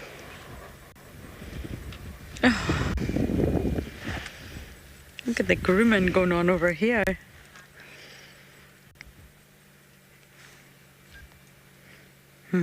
Emmanuel, you're asking something about biological lions forming coalitions. I'll just get that question right before I answer it. Non-biological. That would mean they're not alive. I think the question should be related. Non-biologically related males. If they're non-biological, then I don't think they're alive. But yes, they do. Oh, look at this. Yes, they do. It doesn't have to be relatives. Essentially, it's better if it is. If it's your brothers or your cousins, it's actually better to form a coalition with them. I touched on this morning, but you can still reproduce by proxy, which means, okay, it maybe wasn't you that fertilized the eggs, which means you are not genetically the father, but hey, your brother is, so it's the same genetics at the end of the day. It's better being your brother than being a complete stranger. But if you don't have brothers or you don't have cousins to join up with, then absolutely you get coalitions of strangers that join up together.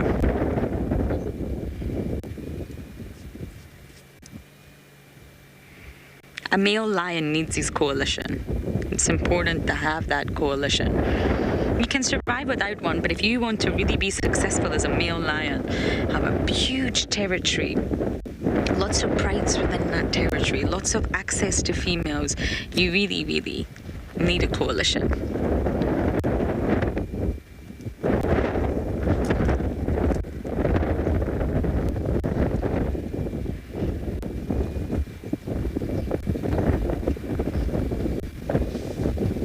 It's a lifelong alliance, really. That's why I don't think the Northern Avoca coalition is separate at all. I don't think it will be a negative meeting if they meet.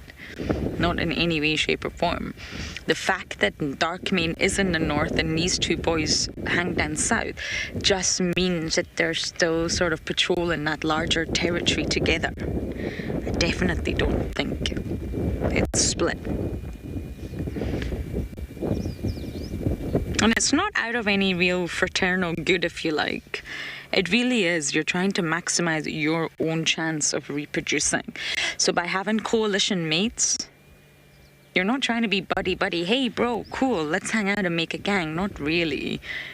You're trying to get that bigger territory, which you can patrol with more individuals. You're trying to get those females, which you can mate and look after with more individuals, in order to maximize your own chance at reproducing. It's almost like what I was chatting about last night, if any of you were watching, about the herd life. That selfish act of being in a herd, it's similar to that. You're just trying to maximize your own chance, and the best chance you got is to form a coalition. And at the end of the day, a male lion's reproductive success really depends on directly how well the coalition can withstand challenges from other groups and look after their territory and their females. It's actually great teamwork.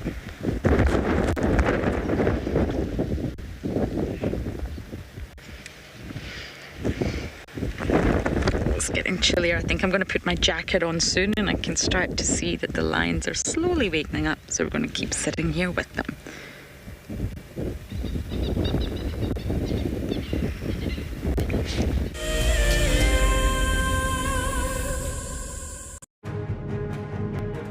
One thing that WildEarth strives to achieve is to connect kids with our natural world.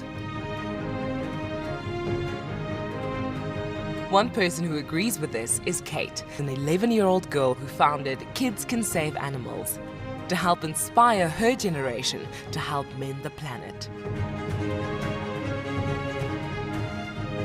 Her motto is that kids may be young, but age does not define your impact. Kate is coming all the way from America to join us at Djuma for a live safari. She wants to connect with all of the WildEarth kids, answer your questions, and help you understand that there are plenty of ways that you can make a difference regardless of your age.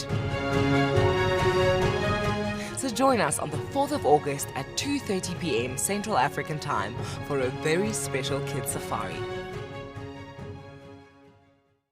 Hello everyone, my name is Trishala and I am a naturalist and safari guide here in Djuma Game Reserve in the Sabi Sands in South Africa. I think that the information that we provide, and most importantly the questions that you ask, give both you and I a really good idea of what's going on. My friend Fernando here, he's a flat-necked chameleon and I love them. They're just these gems that you manage to find in the bush. Catch up with the guides daily here on WildEarth. Okay, there's another big male coming in from our left here. Another big male, look at this. This is the one. Now you're going to see sparks fly, guys.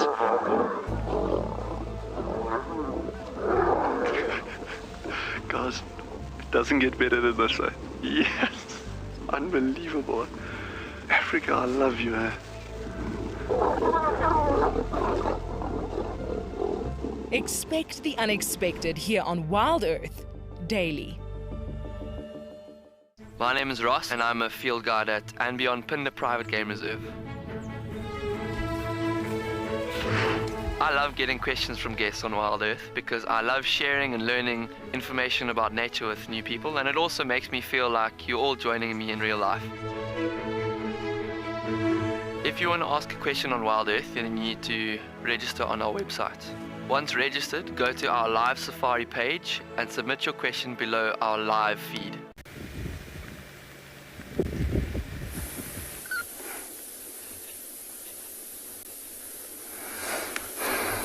There you can see the other members of the Birmingham Prides have also come down to join. There's 5 of them you can see on your screen now, and that one female still left back there. So we're just sitting out here waiting to see if anything will attempt to come down for a drink.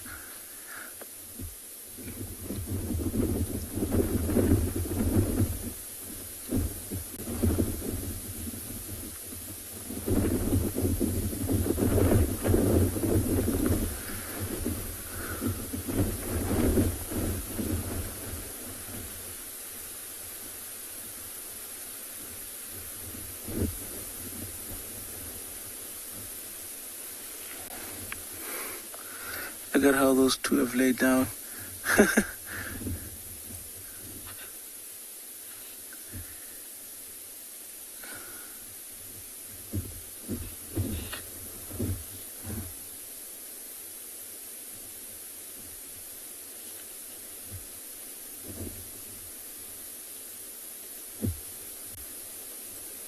It's amazing how you can see the difference clearly when now that the two are laying down next to each other, how prominent white she is compared to her brother's or her cousin's tawny color.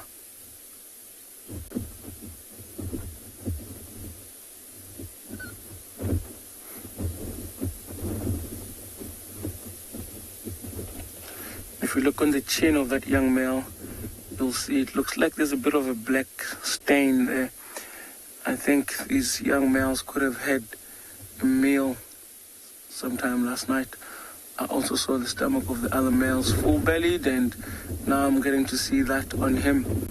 You can see how that fur is all tied up all together. All that stain is just from feeding. You look at his stomach as well, it's full belly. You look at the stomach of that white one back there, also full bellied. definitely had something to eat yesterday or last night. Whatever it was, it's either it wasn't worth sticking around for, or it was something small, and then they completely finished and moved on.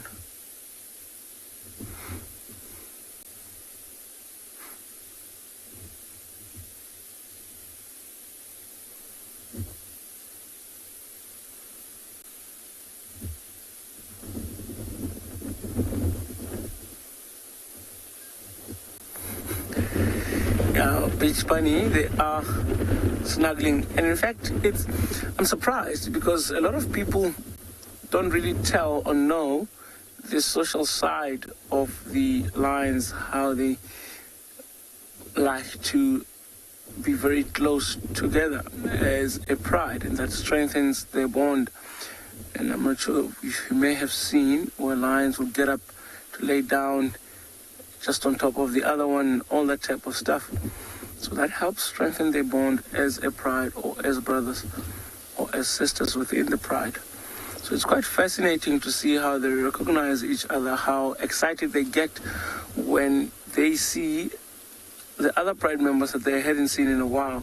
Like, for example, when these three young males came up to where these three were this morning, I'm sure there was a bit of a greeting ceremony with excitement out of the lions that we don't normally get to see and we don't normally talk about. But I have seen it when lions find the other pride members that they haven't seen in a while. Then they get excited and they start jumping up and down and head-butting each other and just running around together, just falling on the ground and doing all sorts of stuff just to greet each other and acknowledge, and sort of a way to say hello, or have you been, possibly been a while. Because out here, 2 hours away from anything is precious time.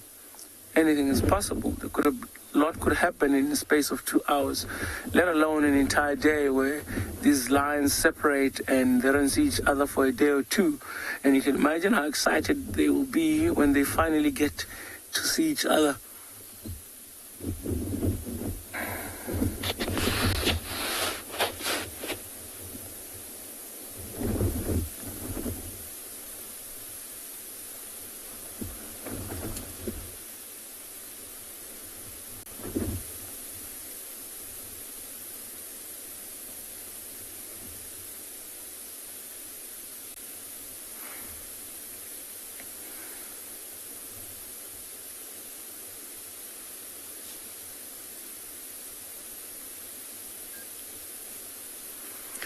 Alright, I think we'll stick around with these lines and then see if there is any turn of events for a while. If nothing changes, we'll move on. For now, we'll send you guys to Cedric, who's also eventually found some lions for you.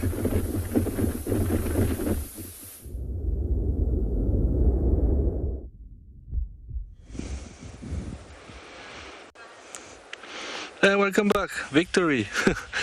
So we finally managed to relocate the Talamati Pride, but they are sleeping very nicely, as you can see. So there was a bit of teamwork there, and another vehicle went and found them in the middle of the block where we thought they went inside. So yeah, so that's very good news. So I counted now, I think I counted 9 lions, including Dogman, for what I can see. They're lying a bit on top of each other, as you can see, and very sleepy.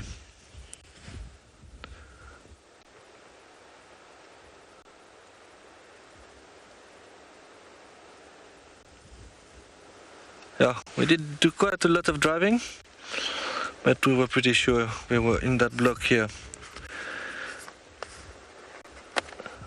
But it was good also to explore the property and see if there was anything else around.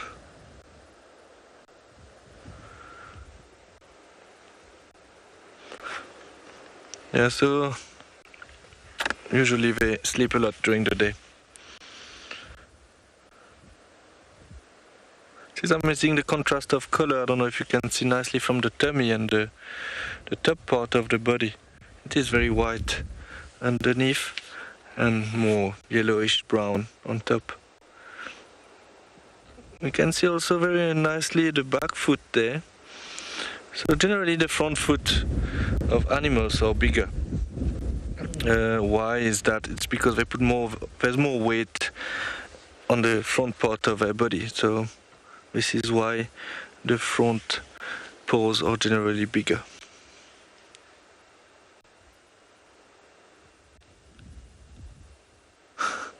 Look very comfortable there.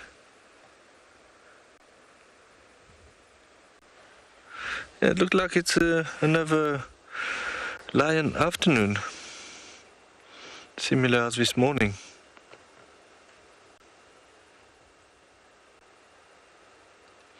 Yeah, so they went about 150 meters inside the block.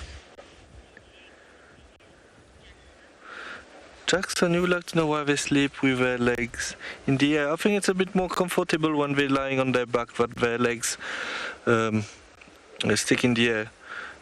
I don't think they need to use any power or muscle to keep it in the air. It's quite normal that it stands like that.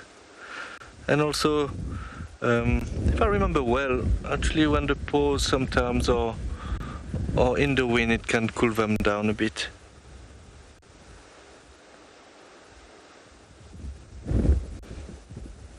You can see the beautiful paws there.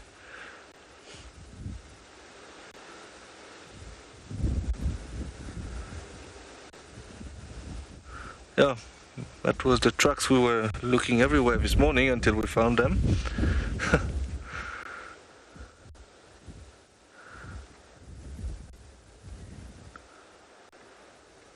It is very nice to see dark mane with a pride today, with a Talamatis. Yesterday afternoon, well in the morning and afternoon I spent quite a lot of time with him, but he was alone. So he joined them last night and we found them again this morning all together.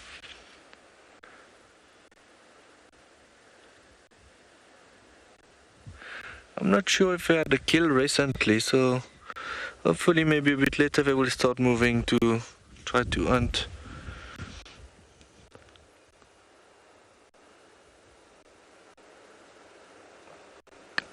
But for the moment I think we're going to lie there a little bit longer and rest.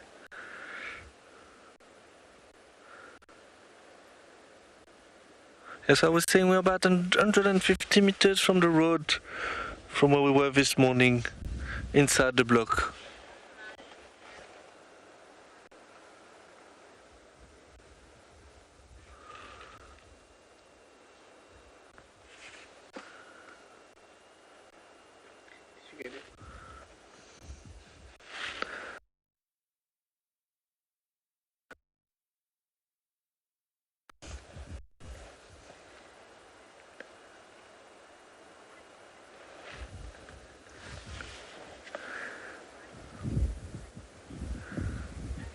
I really would like to know if lions can have white or pink paws like domestic cats. I don't think so. Generally, every time I saw their paws, it's mainly black, darker. So, I don't think so.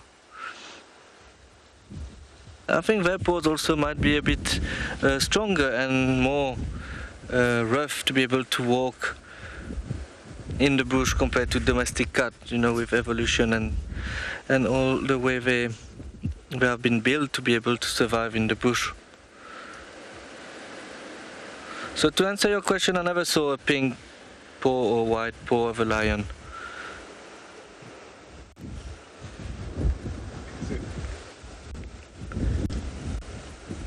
But you can see the definitive marking behind their ears, which is very dark. So this is called a follow me sign. It helps a lot for the lioness when they hunt, and even the male as well when they hunt.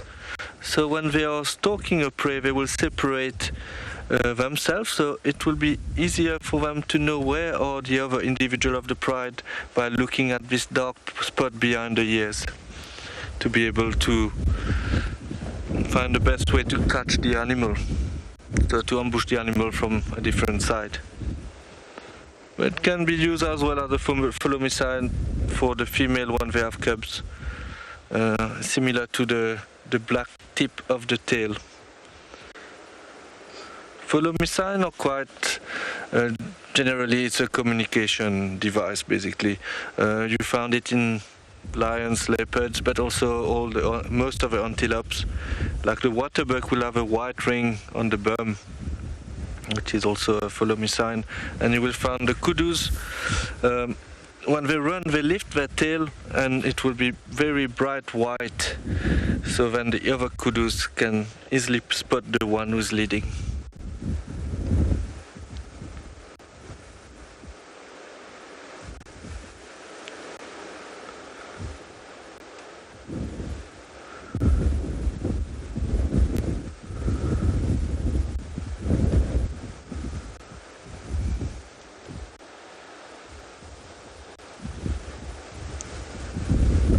Darkman is sleeping. I spent quite a lot of time since yesterday watch him sleep.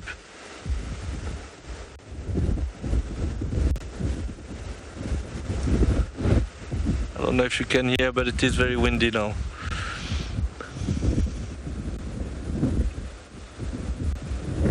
And it's cooling down quite quickly, so it is only 4:30 p.m. here, so it's still early, but it's cooling down quite quickly.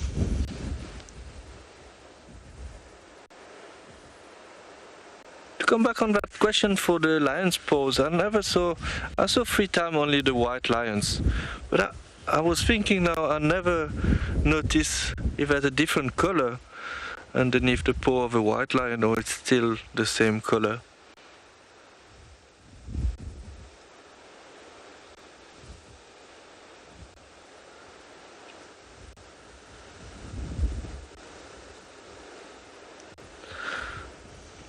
And this is the shape of a tracks, well, of a paws that make tracks in the sand that we try to look for every day. You can see the little W at the back, which shows you that it's a cat. So it will be the same for a leopard, and that's 4 digits in front. Obviously the leopard tracks will be a bit smaller, but again you can get lions which is quite small. So it is definitely the similar shape. Okay, we're going to sit here and see what happens.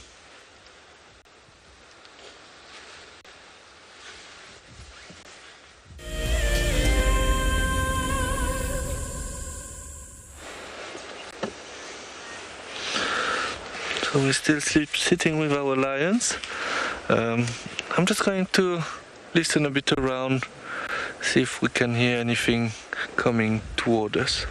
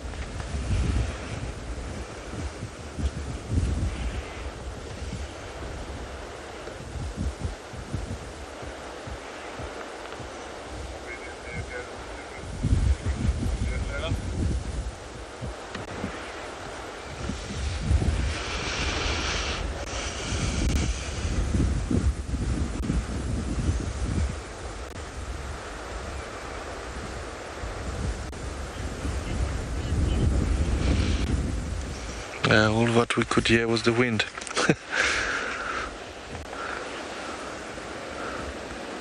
Yeah. Look like they're very comfortable where they are. Darkman even turned his head upside down. So let's wait a little bit longer here.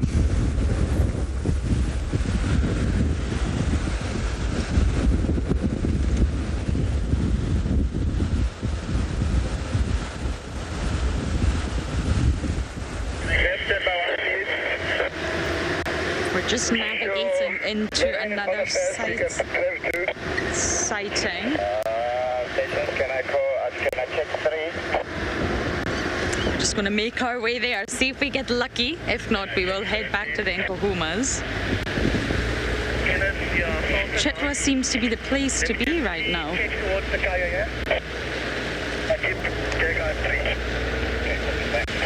No leopards though. For a while we were having a lot of leopards on Chitwa, but not at the moment. And every location had lions today, can you believe it?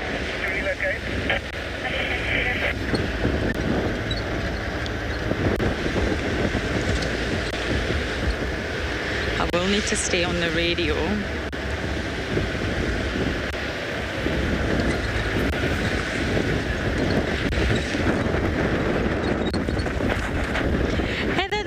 Will be avoiding the lions, that is true. But I mean, Klalamba was very, very close to the Talamatis this morning, very close. But they will. They're definitely not going to hang around when they know that there's a pride of lions. When I was on the eastern side, I saw the Bucharest Kankani by the Ngala.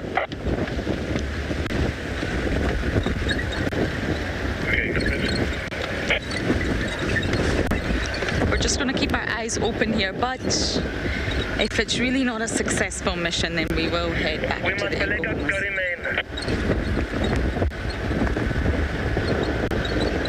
Yeah, where I'm going north.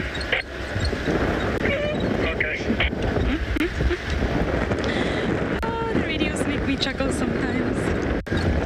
Okay, I really hope that this mission is successful for us all.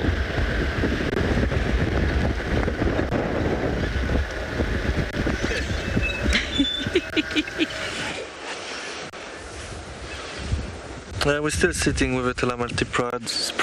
Sorry. The sun is going down slowly. And our lions are still sleeping. We're really hoping now that they will start moving a little bit earlier because it's windy and it's a little bit cooler now. I know that Darkman, when he's alone, he always decides to move quite late. Like we saw last night, he just started sitting just before the show end. So it would be better if we can start a bit earlier, but we can have a good look at them while we are still live with you.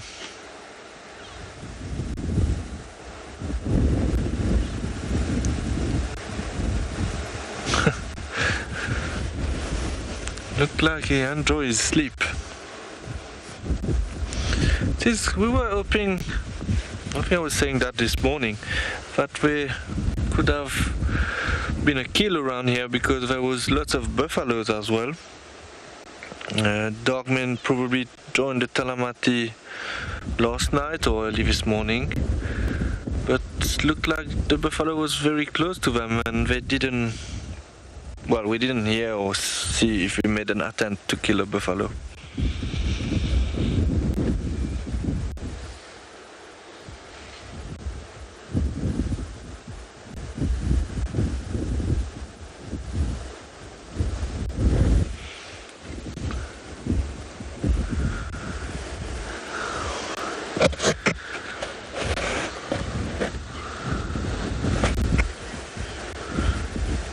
At S86, you would like to know if I got it well. How do they allow a new lioness or a lion to enter the pride? They will not generally allow any other members to join the pride.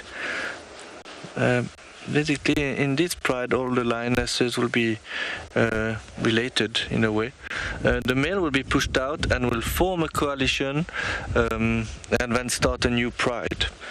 But for example, this pride will generally not allow another lion to join them, unless there's some very rare cases.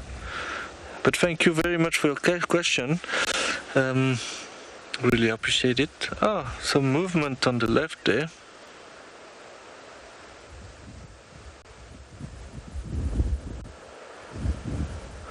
Look like she just, set up quite quickly and looking in that direction. Maybe she just had a little bad dream. They are very intense. Look, when they look at you directly in your eyes, it's very intense.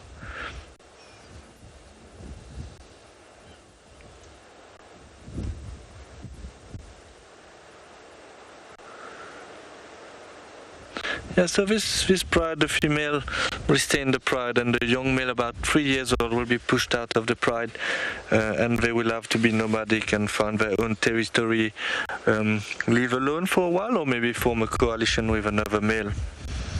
It is easier when it's two brothers, because generally when they get pushed out of the pride, they should start their own coalition.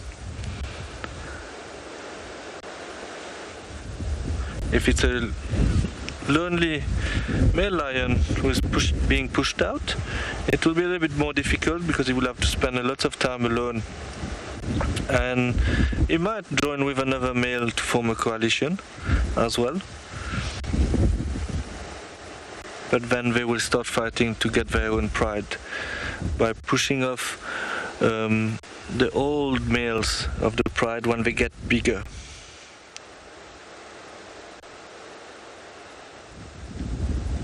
So a coalition can range from 2 lions to sometimes 6 lions. So you can imagine having 6 big male lions in a coalition. It is quite impressive.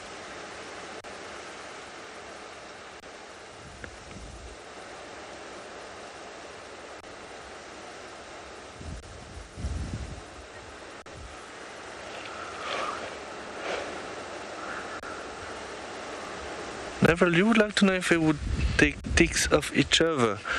I don't think so, huh? I don't think so. Well, I never saw it my side, but I don't think so.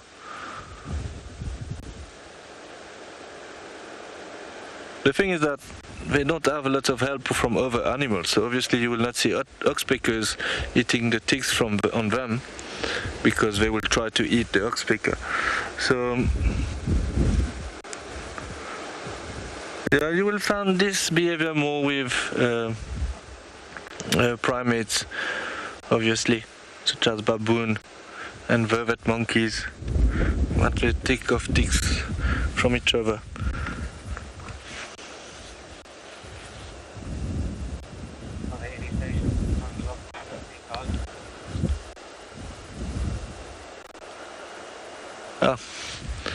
The sun is coming down nicely now.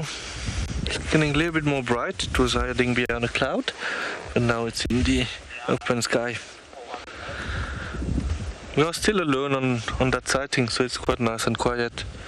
But I'm sure some vehicle will come join us soon.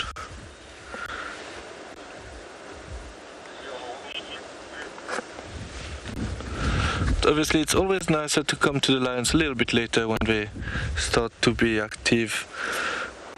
But the thing is that it can happen so quick that they just groom each other, bond each other by rubbing their heads together, and when they start moving, sometimes it can happen quite fast. So this is why we are here a little bit early.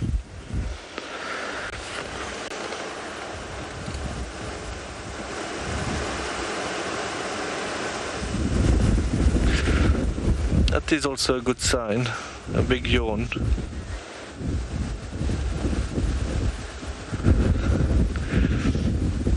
Kim, age 9, you would like to know if their fur is soft. Technically, I never pet a lion, so I'm not really sure. It looked quite soft. It's not going to be rough. It's going to be quite soft. Yeah, so I would say it is quite soft. Yes, thank you, Kim, for your question. But they have also very strong skin and fur, because obviously when they fight over the kill to get more food, even if they are together and live together, they will always be aggressive towards each other when they feed. So it's important for them to have very strong fur and skin, because the fight can get quite aggressive. Obviously, for the big male lions, when they fight for territory, they will it will be even more aggressive. This is why they also have a big mane around the neck and head to protect this area of their body.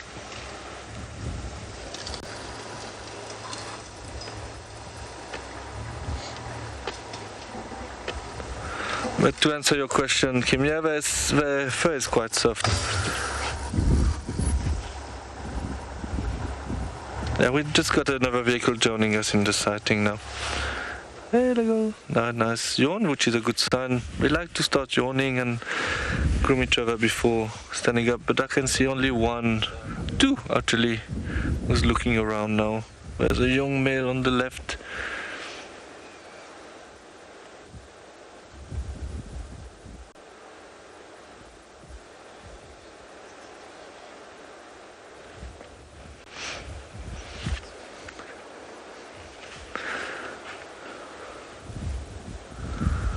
Yeah. So there's two of them are quite awake now. There's 7 to go.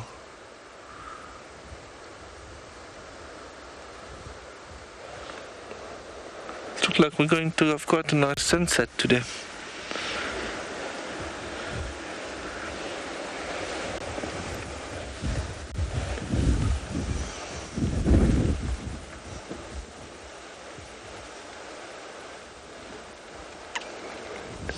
She's grooming herself there. They are very rough tongues. Even when they lick some animals when they kill, on a kill, because their tongue are so rough, it can even catch some pieces of meat off the bone just by licking the carcass.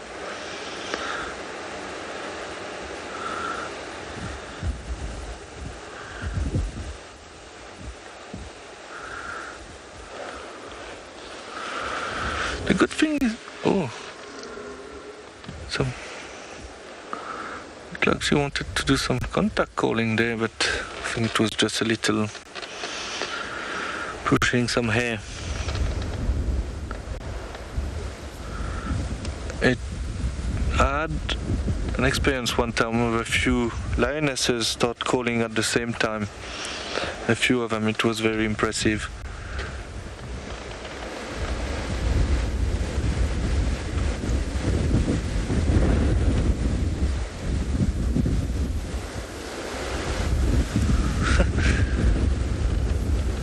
It's very windy now.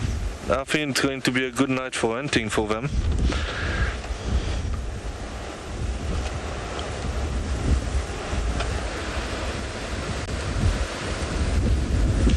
It's another one. They're all starting slowly to wake up now, so that's quite nice. Except for dark mane, obviously.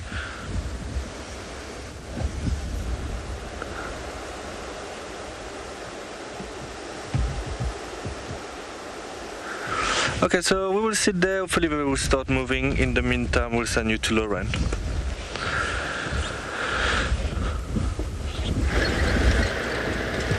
Very exciting sighting on Chitwa. I'm just going to move from Dove.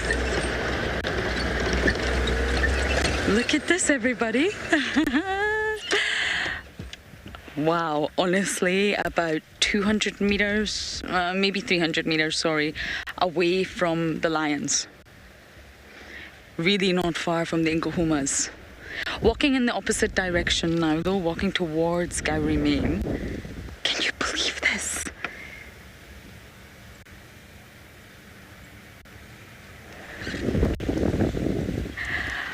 Okay, I think we're going to just keep up a little bit. going to move forward, Dove.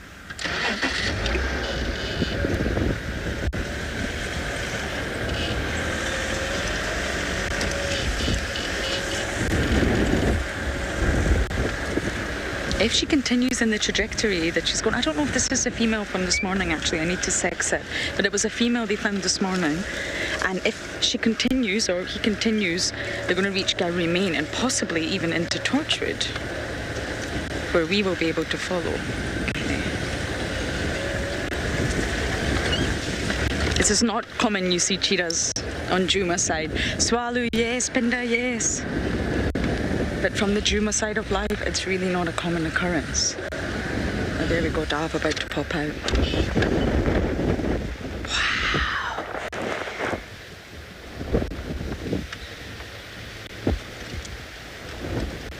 I have to say, I am very glad it's the opposite direction from the lions. That would really not be something you want to see. Maggie, you're saying this is incredible. I know. I know. It's very exciting.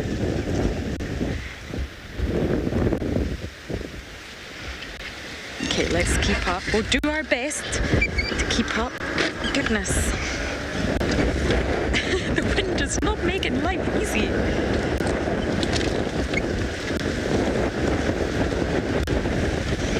No, don't change your direction.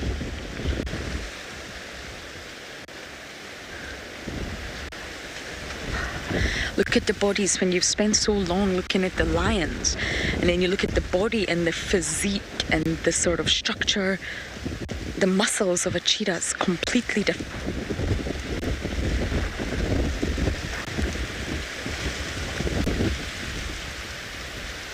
And I really know they're not uncommon on WildEarth, but in Djuma, I've had cheetahs only a handful of times, really.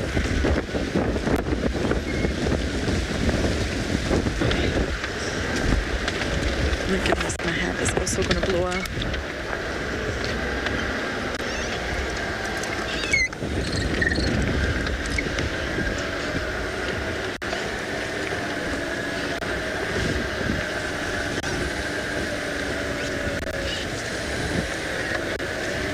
Here we go. We can get a bum shot here, Dove. Yep.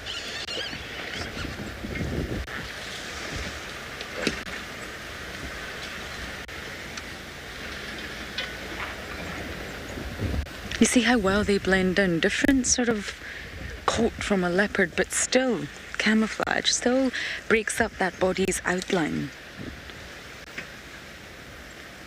It's not rosettes, no, but it's still disruptive markings.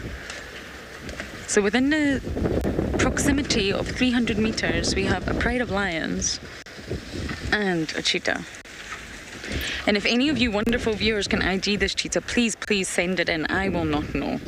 We don't really get the chance to follow the cheetahs here like they do on other reserves.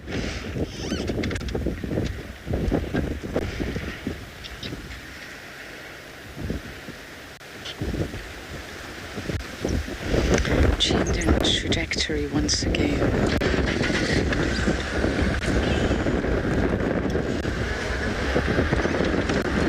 Wow, these sightings just keep getting better.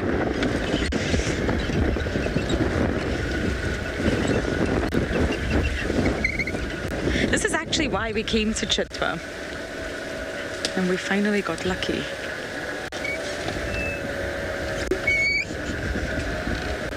Actually, I'm going to put off. It's better that way. No wonder Mr. Mareebs has not been around.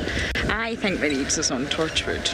Just haven't really got the chance to explore Torchwood too much right now because of signal. But I think he's safely on Torchwood. That didn't work so well.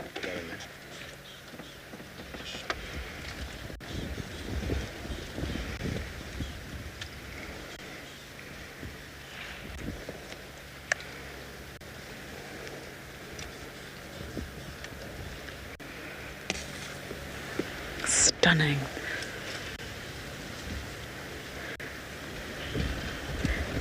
Now remember, cheetahs are primarily diurnals, coming to the end of the day for the cheetah. The sun is going down.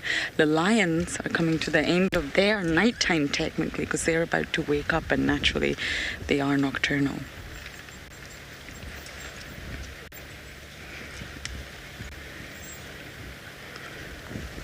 Very close to the vehicle.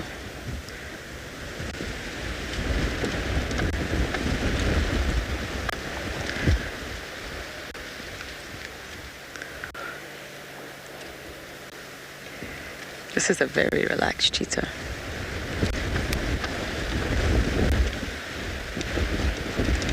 You see, I think it's the female, I could be wrong, but she's reacting to the wind as well. It's not just the prey. We always think about the prey species. Also, the predators are completely affected by the weather. I'm affected, my hat's blowing off. We may have to leave shortly. Well, let's just see if she goes maybe into Djuma, our side of the world. Okay, that was very, very exciting. I'm super glad we got to share this with you all.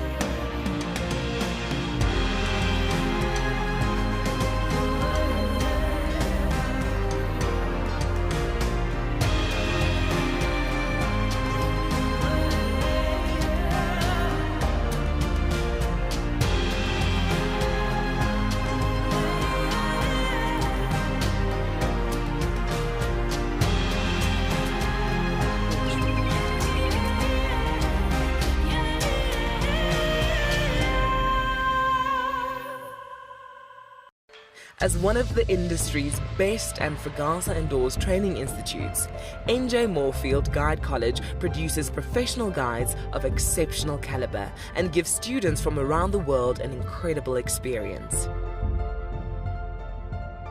NJ Moore offers courses to suit all types of interests. The full-length career course results in a FAGASA-accredited qualification and the option of a 6-month internship at one of Moore Family Collection's luxury safari lodges. Shorter courses are a great introduction for those considering a career in field guiding or even a life-enriching experience in your gap year. With spaces still available in July, don't miss out on this fantastic opportunity to live your African dream.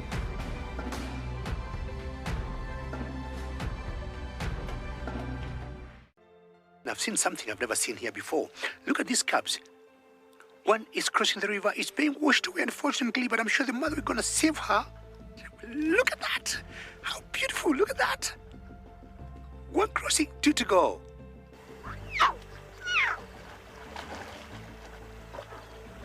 How cool is this? Expect the unexpected here on WildEarth daily.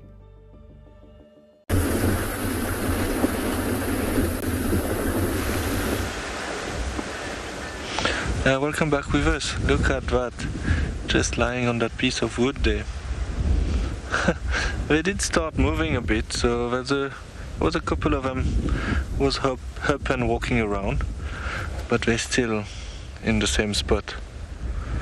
Dark mane also at the back, you can see they woke up. The only thing that worries me is that if they decide moving south, it's very thick in that block, so I hope we will be able to follow them.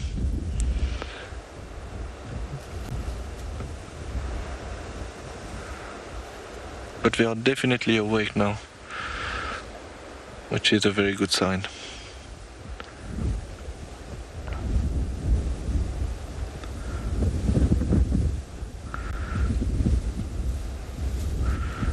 Some biting happening there. Obviously this was not aggressive, it was just playing. It's amazing how attentionate they are towards each other when there's no food involved. When they start feeding on the carcass, it's a completely different story.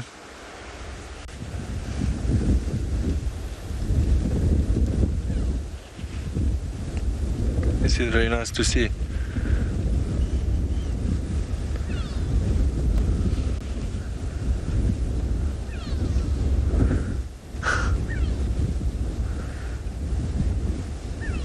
Yeah, being very playful now, which is very good. So you can see he's looking, well, this lion is looking in the air. There's a battler flying on top of us. Why they're doing that is because they will always look for bird of prey or vultures to see if they're going down somewhere. So it will be a good indication for them to know if there's a kill around and that they can go in that direction to steal a kill. I think the battler is gone now. It was straight on next to us. It was very difficult to point the camera there. It goes at the back there. If it comes around us, we will try to show you the battler. But you will often see them looking in the sky like that to look if there's any vultures. And some bird of prey, obviously, because battlers and tawny eagle are often the first birds on a carcass, even sometime before the vultures. So it's important for them to look at every type of bird that's flying around.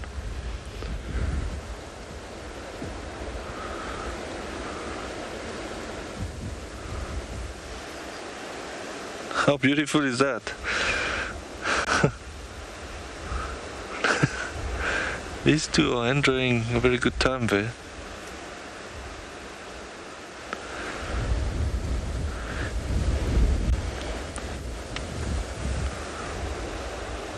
Oh, that would be a beautiful picture.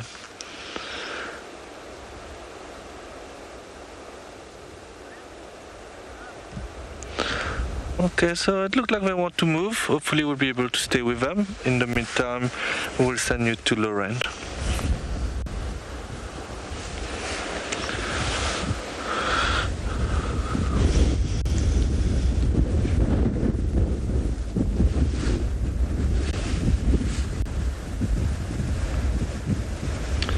Okay, so apparently you're still with us. Sorry about this little issue, technical issue, but I'm very happy you're still with us because we're still looking at this beautiful lion with a very relaxing moment.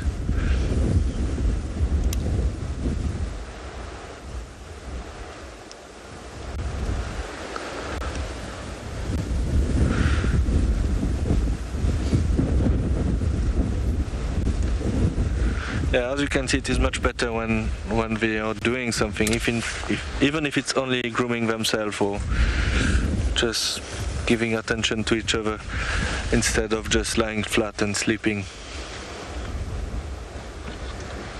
Having a little back scratch now.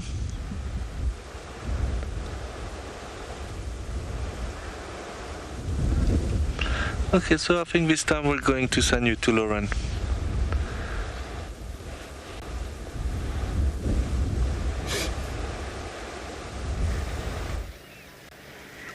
I just had a very naughty, curious young bull come up to inspect us, but then realized we're not that exciting at all. The wind is probably not working in the favor of the elephants. Shall we move forward, Doug? There's two youngsters here. Yes. Just going to move over slowly. Now, the cheetah sighting got busy, we left, but we're on Guy Remain, you never know. It is a female. Thank you, James Richard. You're also clarifying that it's the same female I had that day and posted a photo, but we didn't have signal at Sydney's Dam. I mean, Sydney's Dam's always been I was going to say grey area, but it's more of a black spot, to be honest, to be technical about it. Hello, hello, hello. Nice to see you too. I know, it's windy. And there are lions, and there's a cheetah, I know. I know this, mister. It's very windy and you don't like it. I get it. I also don't like it.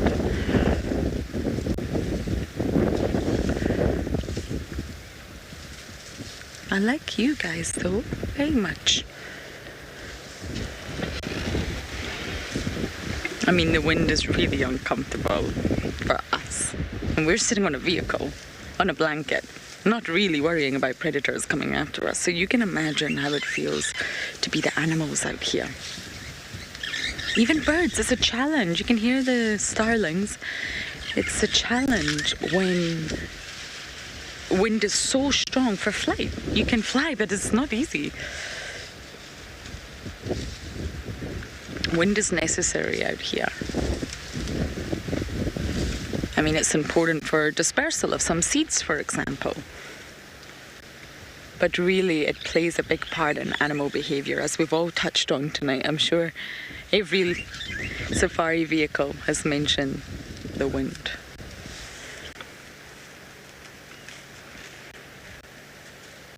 That cheetah sighting was so incredible. So it was the same female from this morning.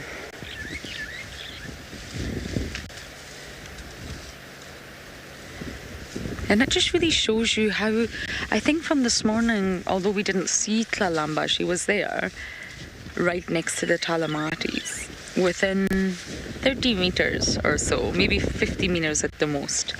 And right now we've just had a cheetah walk very, very close by the Nkohumas, and that just shows you how these predators are constantly moving around one another, the ebb and the flow of the bush. The cheetah doesn't want to be around the lions, that's for sure, but it's inevitable. They all live sympatrically. Their territories all overlap geographically. Their home ranges, the way they move, it all overlaps here.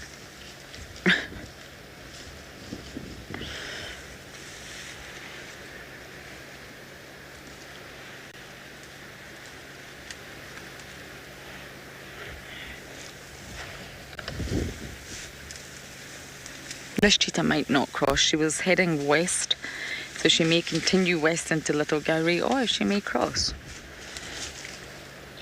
I mean, she was on Sydney's Dam, or at Sydney's Dam, when we saw her last, and we now found her on Chitwa.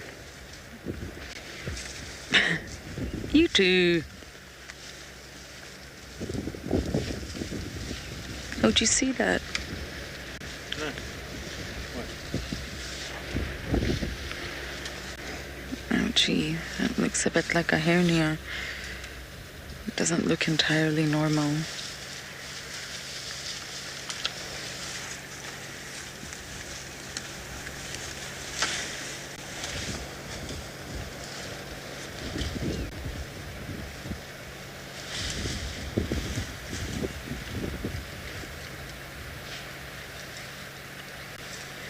Brought back memories of Busara for me, Queen Bee, a female cheetah that we followed quite intimately and intensely in the Mara. She actually moved into our camp for a while, and she was extremely habituated, relaxed, and it was a very, very gorgeous cheetah to follow.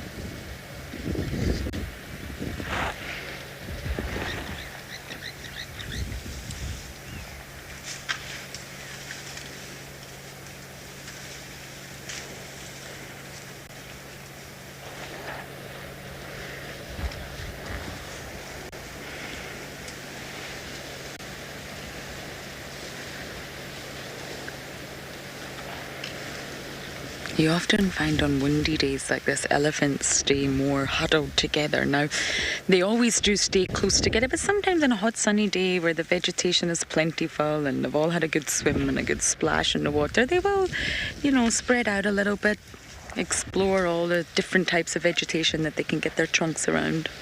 But when it's really windy, you'll find they huddle together a lot more. They don't really leave one another's side.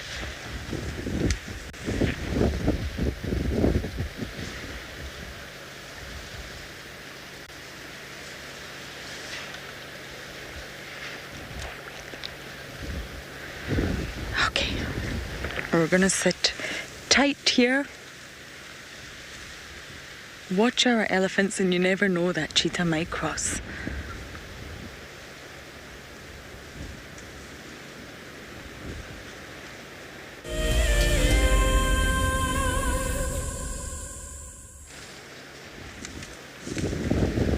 We're sitting here watching elephants on this. Oh, the wind is picking up.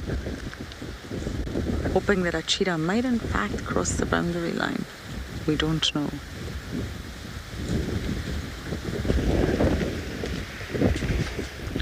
But we are just going to try and sit here as that sun is setting.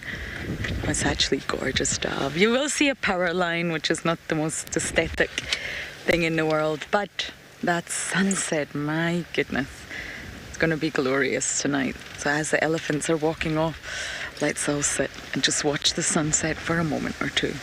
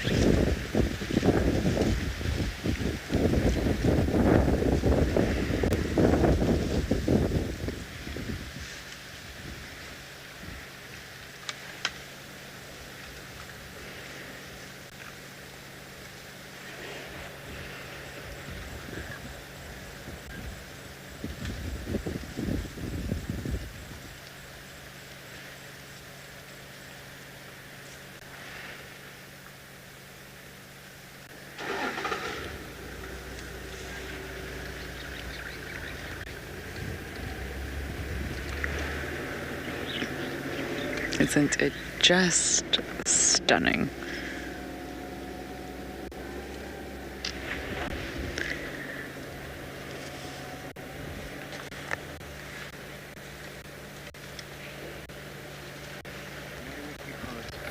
She has come down to Tar Dam on the western side.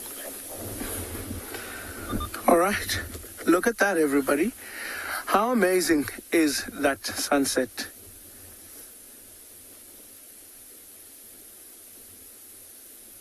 How epic are the colors around that. It is that time of the year where it's windy, and because of the winds, you get a lot of dust in the air, and that causes the sunset to be beautiful. So I think let's sit here for the next 2-3 minutes quietly, silently enjoy the wind and the sound of everything else while watching that sun go down.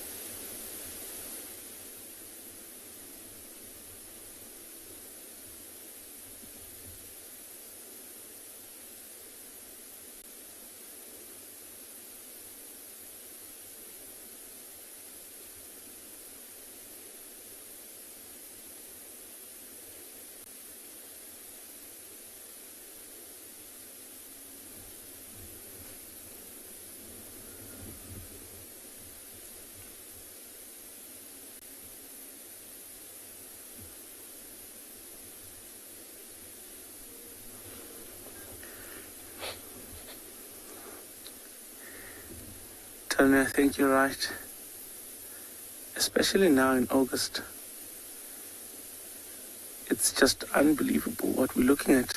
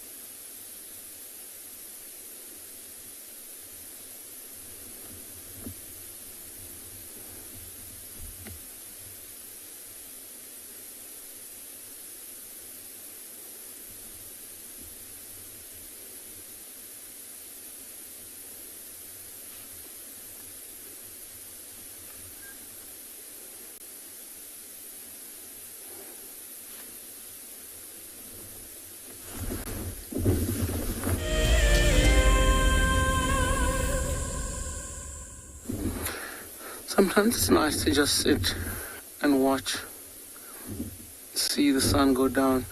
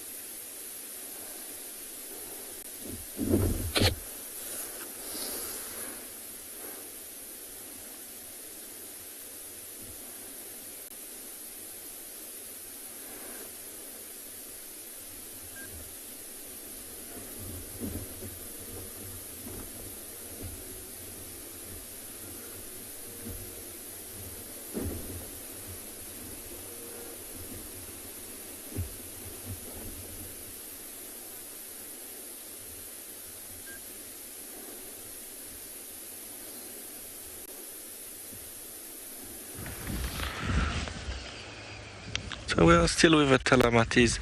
Unfortunately, most of them are lying down again.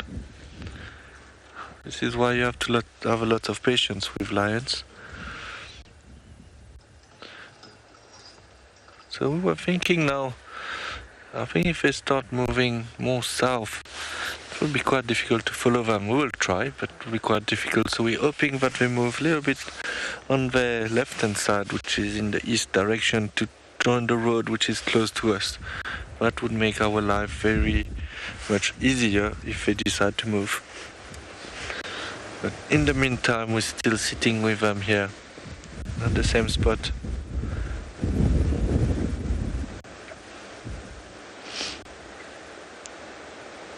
It will definitely be a very good hunting evening with all that wind. So maybe if we are lucky, maybe tomorrow we can find them on a kill. The only issue is that we're not too far from the southern boundary of Djuma, so we hope that we're not going to cross on a property that we can't go.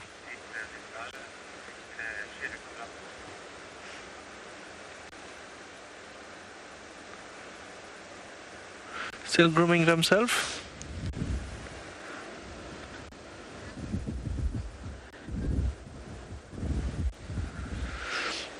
White man, thank you very much for your comment. Yes, it's nice to see dark man lying with his pride. Yes, yesterday, as you know, I remember, if I'm not mistaken, you asked a question as well. So yesterday he was alone, and now he's with the pride. But this morning we found the pride and dark man by following dark man tracks.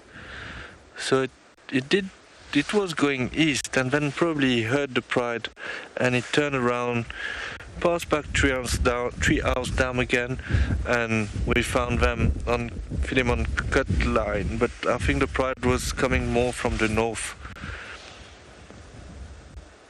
so they definitely joined last night or early this morning.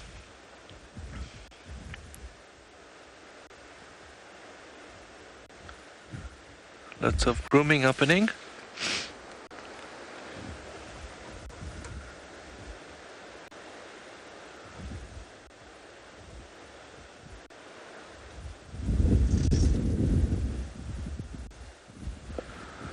I had a bit of hope when we all start standing up and moving, and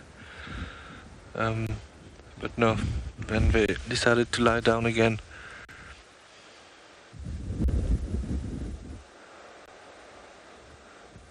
Yeah, I was saying I'll just hope that they stay on Djuma.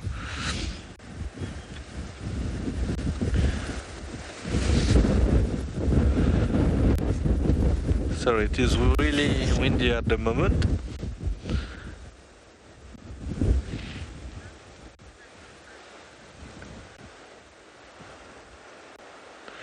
Thomas, you would like to know if lions would hunt other predators like leopards or cheetah? Yes, definitely.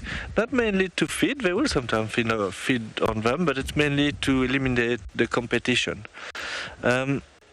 Lions are a big threat for cheetahs. In some areas, the numbers of cheetahs have dropped quite considerably because there was lions trying to ambush them and kill them.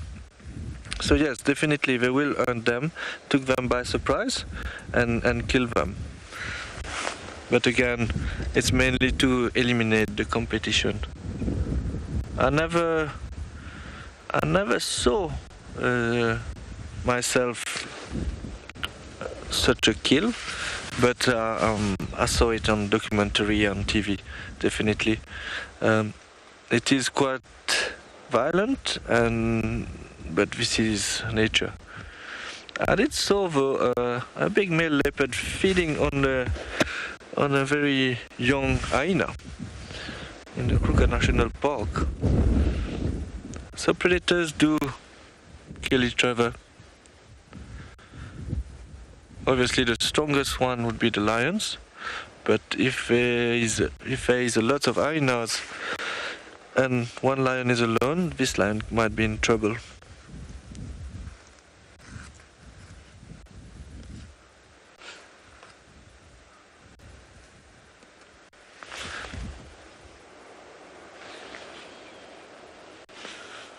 I did spend quite a lot of time with lions since yesterday.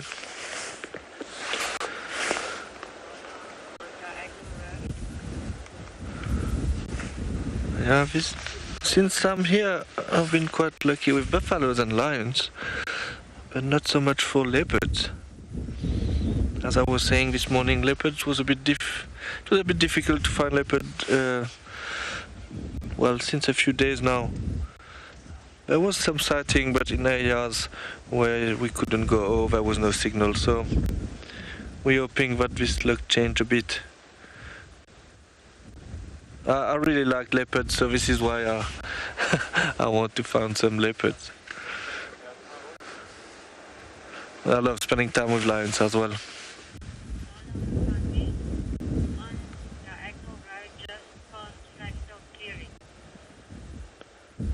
Oh, beautiful.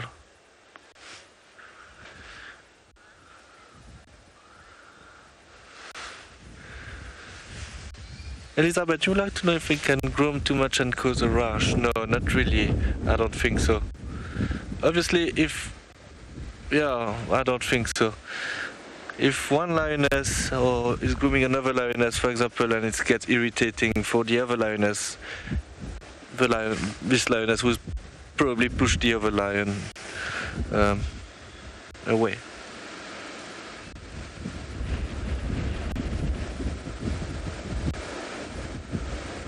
A few of them are looking in the easterly direction. The wind is coming from there, so maybe they're smelling something now.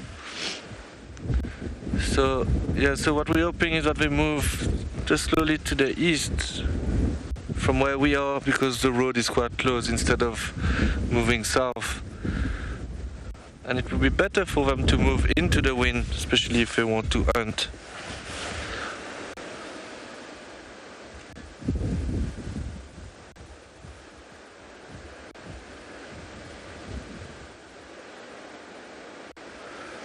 They're all getting quite interested in that direction now.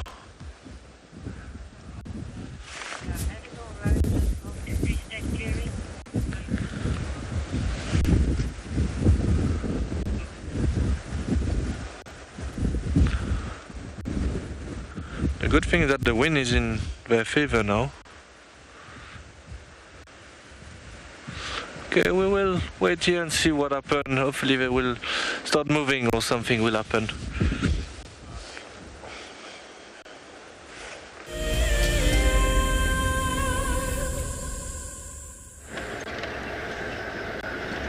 It's not quite spotlight time yet, but we are losing light.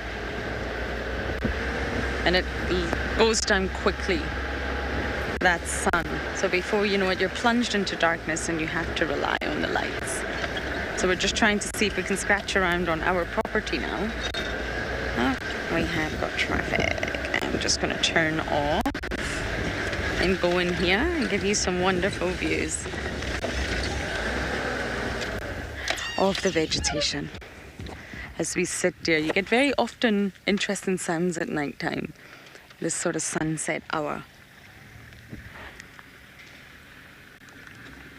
Listening to the sounds as the diurnal animals are going to sleep and the nocturnal animals are very much waking up, or at least starting to.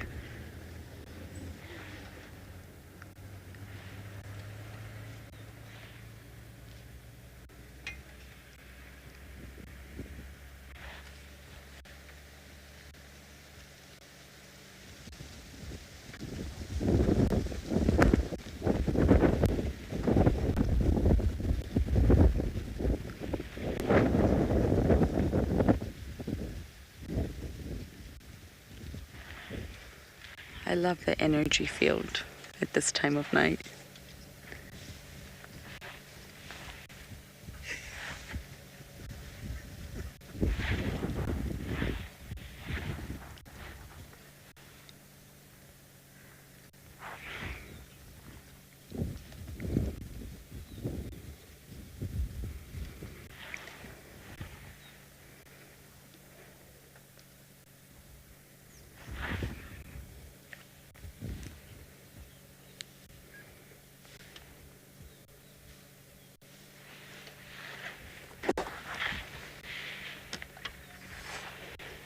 I've put all my layers on, so at least I'll be warm. But we're going to keep moving to see if any of those nocturnal predators have woken up.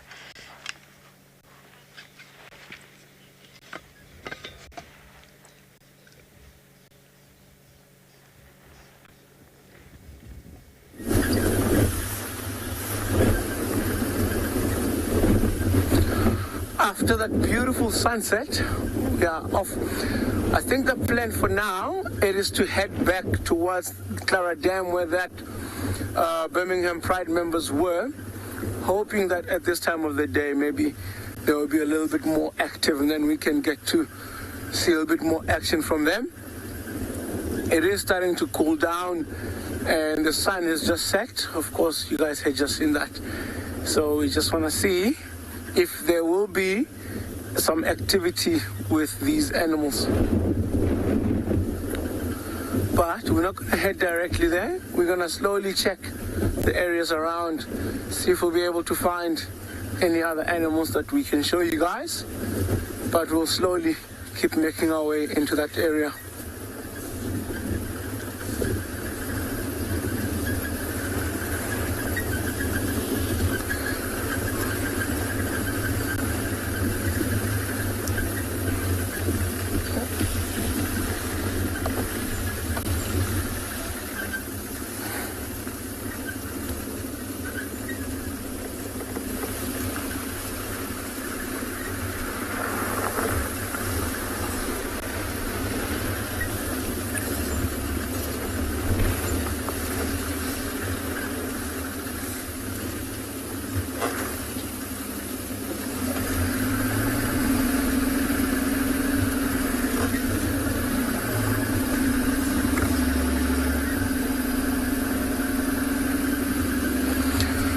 Craig, you asking if there is a maximum number of lions in a pride?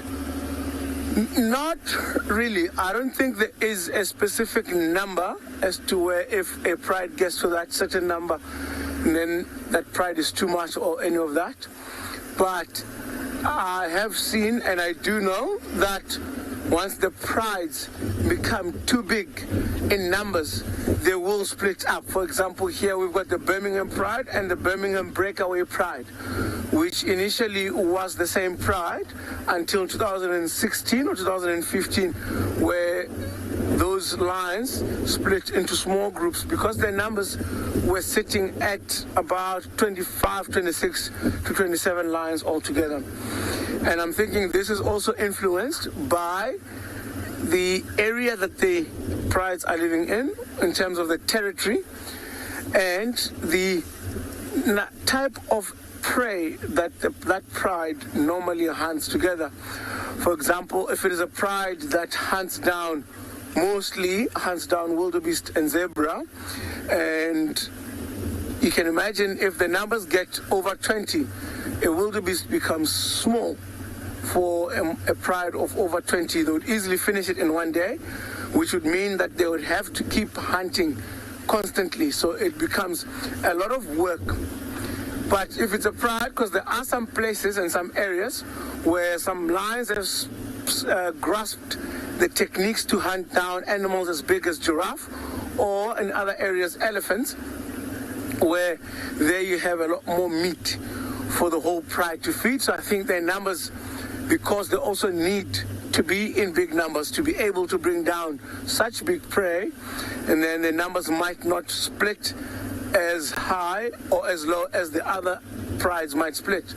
So you can imagine having 20, like for example now the Birmingham Pride is sitting at 23 lions altogether, and out of those 23 there are 3 young males that are within the pride, and those 3 young males are at the verge of being kicked out, which means once they leave, the number of the Birmingham Pride will go down from 23 down to 20, provided we don't lose any of the young females or any of those small cubs. And if we lose 1 or 2 of those small cubs, of course the numbers will keep declining from 20, 19, 18 and so on.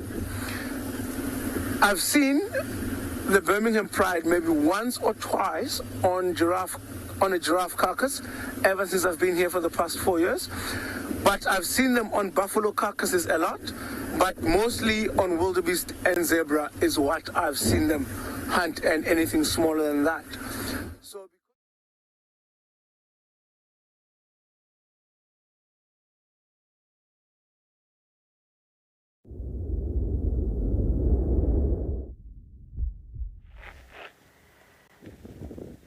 I didn't think this drive could get any better, and I haven't quite managed the trifecta. We've still got time, but we have got some southern ground hornbills. Now, there are 2 that we can see so far. There may be more. As you know, once the light starts to go, it becomes very tricky for humans, or at least me. Ah, there we go.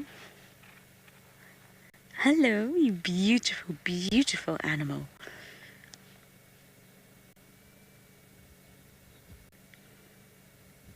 Having a good itchy scratchy time now. I haven't been able to sex them yet. The first one we looked at, I think, is male. I didn't see that blue patch. The male and females, you can tell the difference by looking at them, and the immature birds are also very different as well.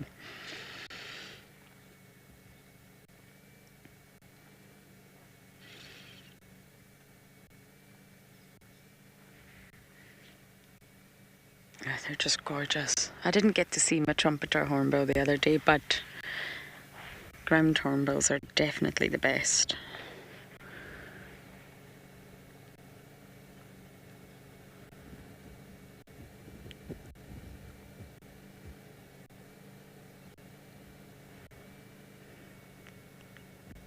I think they're getting ready to settle down for the night. It's one of my favourite sounds to hear out here, the ground hornbill call. I can't play it right now because we're in the vicinity of them, but when we move and we're maybe on quarantine, I can play it on my phone for you all if you haven't heard it, and it's a great sound. It's more iconic for me here in the Lowveld than the fish eagle or the woodland kingfisher. Lucy, you're saying you love these birds and you also hope they call. They might.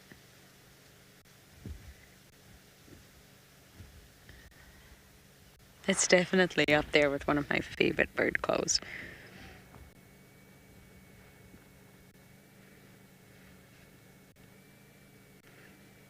Their breeding is really irregular and protracted, and believe it or not, they are quite endangered. They're magnificent birds, but they are quite endangered, and there's various organisations around that do try to monitor the ground hornbills, especially their nesting sites.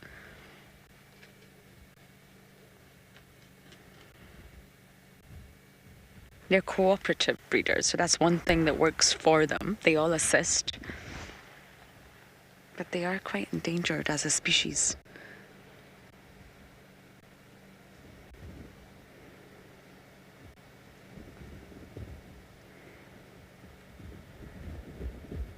That's better. Thank you for turning around. Fabulous.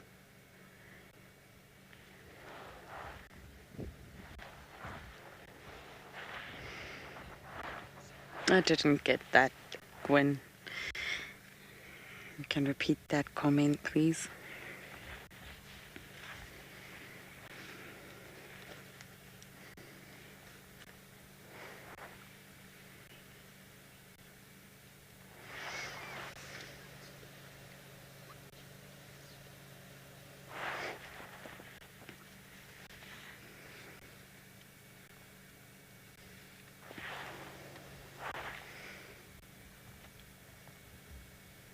Look at that coloration. I mean, that colour against the black.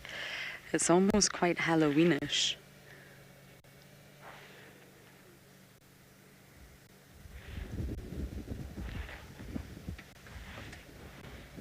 Sammy, you're saying they look quite prehistoric. They do. I know where you're going with that, Sammy. They really do. I mean, birds are related to the dinosaurs anyway, but they do look very prehistoric. That bulbous beak, the black contrast against the red, the size, even the way they move. Naturally, they fly, they're birds, but I mean the way they move on the ground.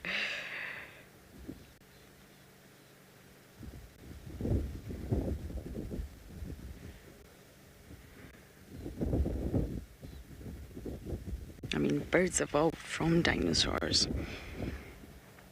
a long, long time ago, and took to the skies, used that niche of being able to get off the ground, escape predators, and get into the skies. It's remarkable, the sort of evolution of birds.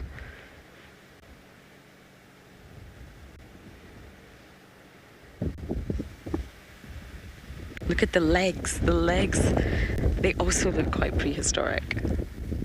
I absolutely know what you mean by that, Sammy. Oh. Oh, that's very sweet. I think we're getting ready to hunker down. I mean, it's 6:15 here in South Africa. It's getting dark. It's windy. I think we're having a bit of a nighttime preen. And we're getting ready to hunker down in the safety of the trees. Ground hornbills will not be found on the ground at night time. They would be the perfect snack for many predators. We've seen Tandy try to hunt ground hornbills before. They're a large enough bird to be the perfect snack, the perfect meal.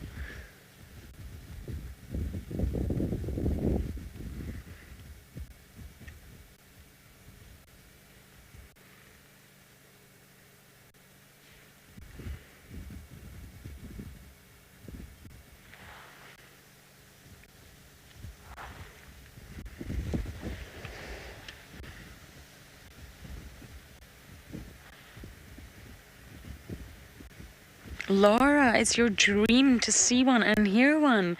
My goodness, well, I'm very glad we're showing one to you now. I know it's not real life, but it's as real as it can get. It's happening in real time. I don't know if they'll call. I hope your dreams come true, Laura, I really do. I have a big bucket list of dreams as well.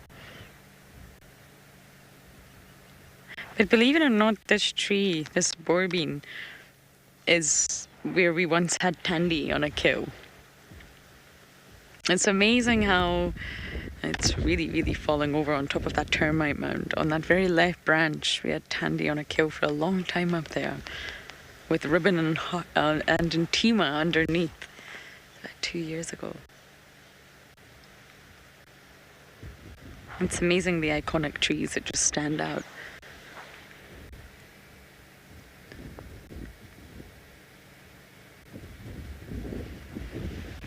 They're not solitary. You do normally find groups.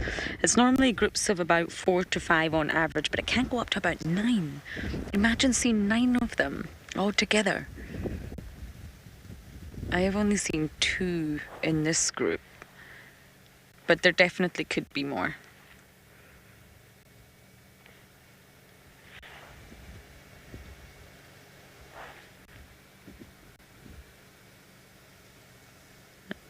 We're finding the right branch, I think. It's a big decision to decide which branch to sleep in.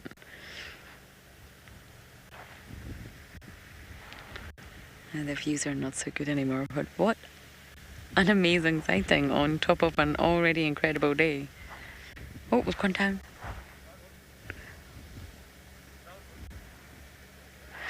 Oh, we're changing the tree completely. Oh, they're both off now. And just like that, the sighting is over. Wow. I wonder if we can find a leopard now. I know Tlalamba was seen this morning, but she was never really seen again. I don't know where she went, I'm afraid. And knowing Tlalamba, she could really be anywhere.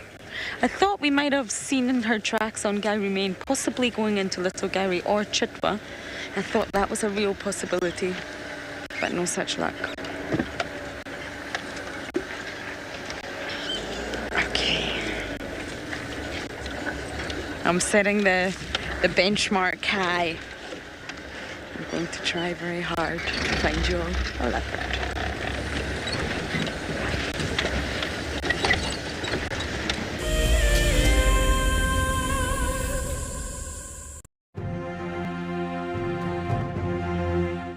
Kate Gilman-Williams is an 11-year-old girl from Austin, Texas, and we think she's amazing. At only 7 years of age, Kate went on safari and since then has become part of a new generation of kids who are fighting for animals.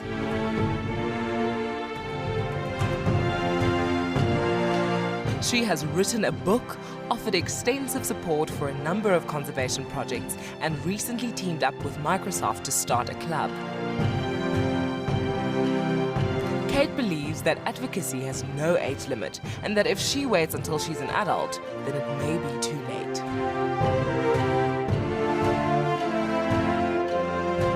Join Kate, who has traveled from Texas to sit with Lauren at the fire to discuss her work and how her generation can become part of the solution. Hi, I'm Mike Anderson, and I come to you live every day from Eco Training Pridelands Conservancy in South Africa. The wild animal I think is most underrated. I think buffaloes are the most underrated. They're so tenacious and ferocious and also very, very protective of each other, which I find incredible. You know, sometimes people think of the big five, they just think of lions and leopards and other big animals, but I think buffaloes are pretty underrated. Catch up with the guides daily here on WildEarth.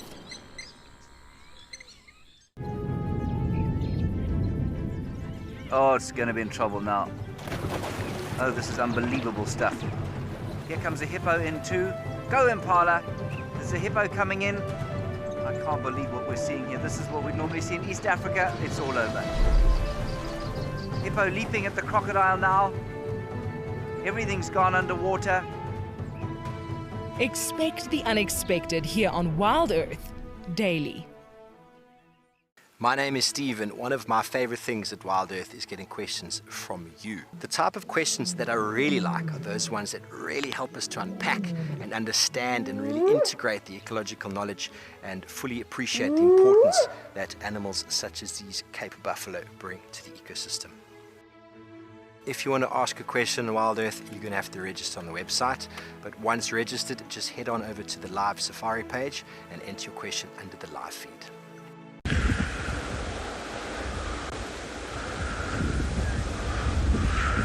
Yes, so still lying down around.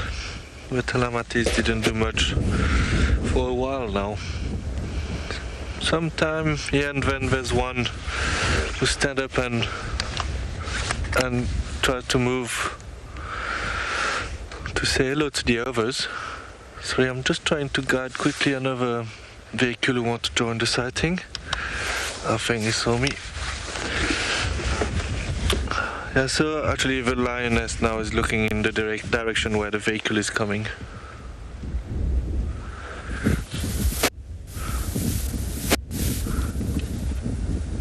Yeah, so we're really hoping that they start moving. But I think they might be waiting that it gets a bit darker and use that opportunity with the wind to maybe start moving around and see if they can find any prey.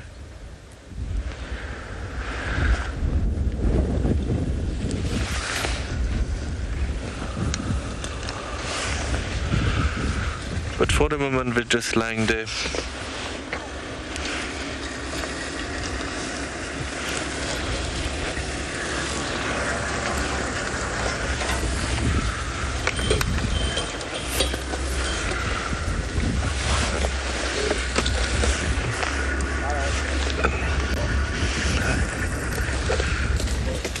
Sorry, we're just having another call. Just try to show where the lions are.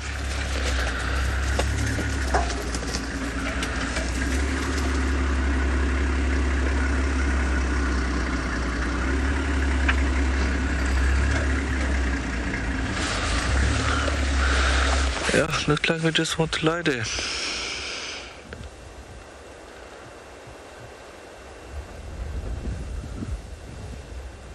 Yeah, I was very positive and hopeful when we all start greeting each other, but now, yeah, we're probably waiting that it gets darker before moving. Because we can still see a bit now. It's getting dark, but I can still see them without any lights, so.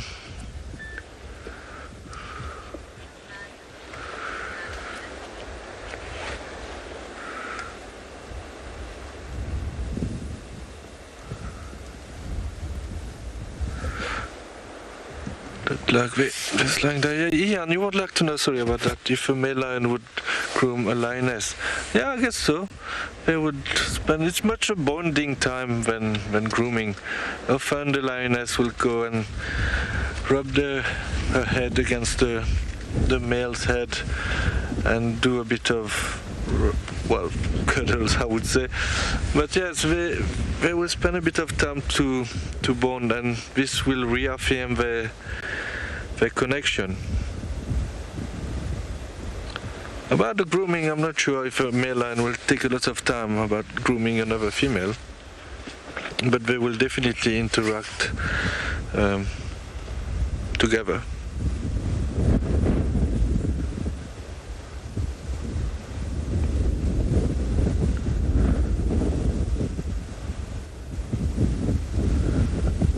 It's getting very windy now and cold, but we just see one just stood up there, but still a bit sleepy and sneezing.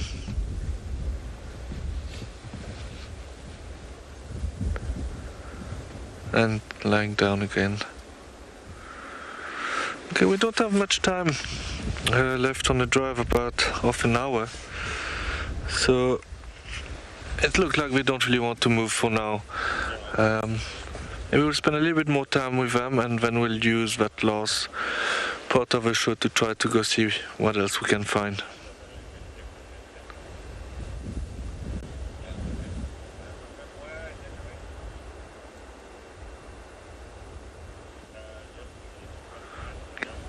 I would love to try to find a leopard, a last-minute leopard, but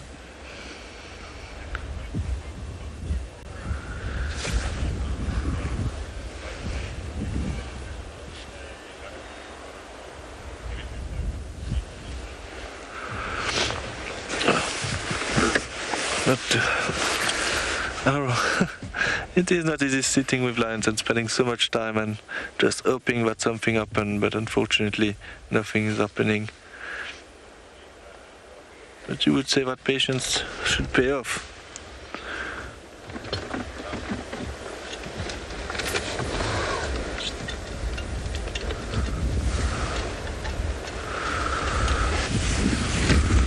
Oh, but no, not much is happening.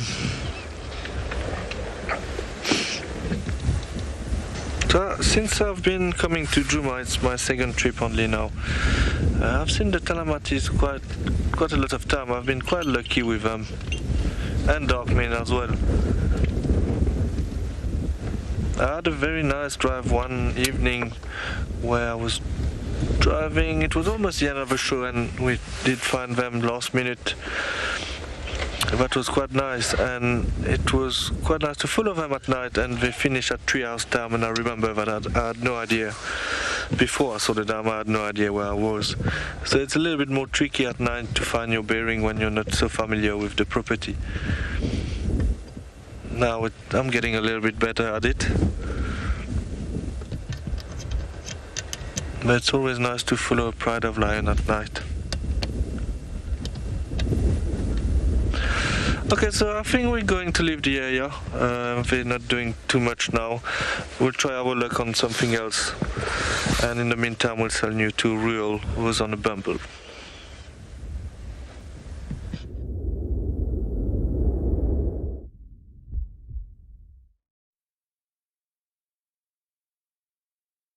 Back towards the dam. I'm not sure yet if those lines are still there. And then we'll see when we get there. I am actually also hoping that we get to see lions moving around, although those young males did look full-bellied, and so I don't really think there's a good chance that they might not move, but at least when we get there, they should be a little bit more active than they were earlier on this afternoon.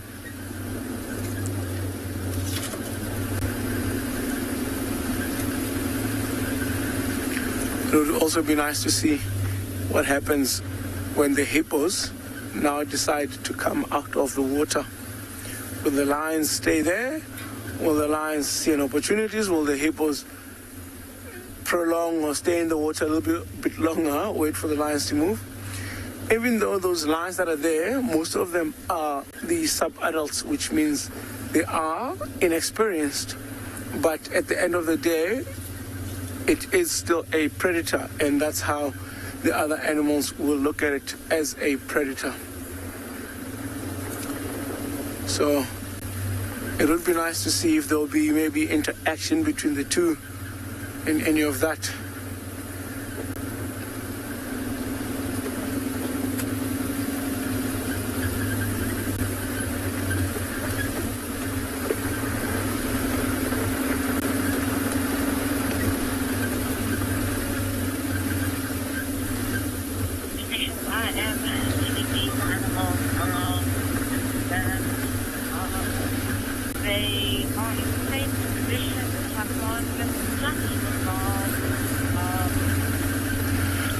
Oliver, you're asking if lions do look after sick or injured pride members.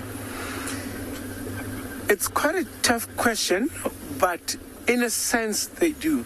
So what they will not do is they will not abandon that one animal that's injured or badly wounded. They will more or less stick around in that same area, shorten their movement so that that one animal can try and keep up and stay with the pride. And once that certain individual, if it happens that it dies or doesn't survive the wound or injury, only after that will they move on. They don't do it as well as the pack of African wild dogs do, where if an injured member is there, they will go and hunt, eat, and then come back to regurgitate for that one pack member, which is quite extraordinary. But lions can't do it in that way. If that injured pride member does not have the strength to make it to where they have made a kill, it's going to be tough and difficult for them to survive. But they will not necessarily abandon that one animal.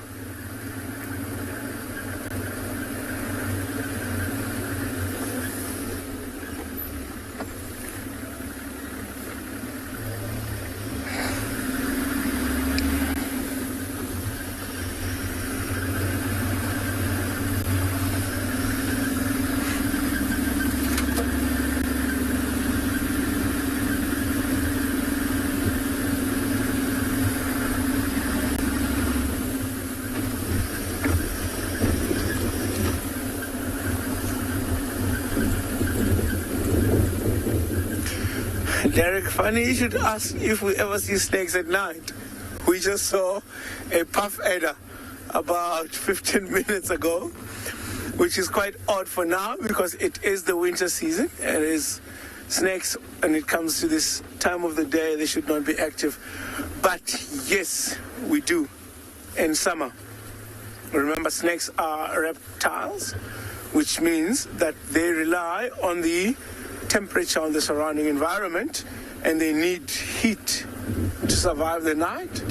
So that's why in winter we hardly see snakes at all, let alone at night. But in summer, because it is warm enough or hot enough, and then we get to see snakes also sometimes at night. And in fact, I have been fortunate enough to see a python, an African rock python, actually at night. And numerous times I've seen a black mamba at night, and also the puff adders maybe sometimes slithering across the road and all that. But in summer we get to see that. In winter,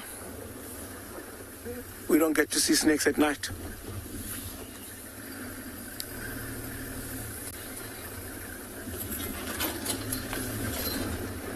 All right, we have arrived at the dam where these lions were the whole day.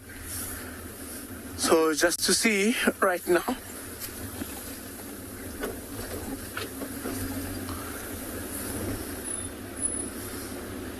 They're right here. They're right next to the road. Literally could not see until I was almost on top of her.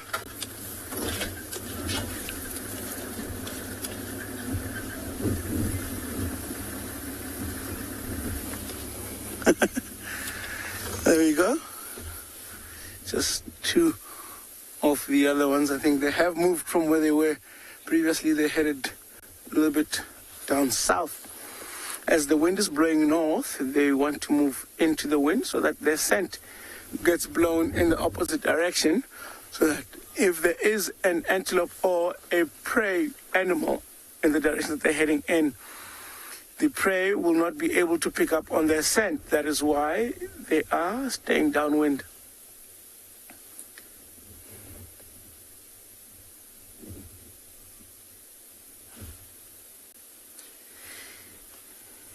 Look at that lioness sitting there.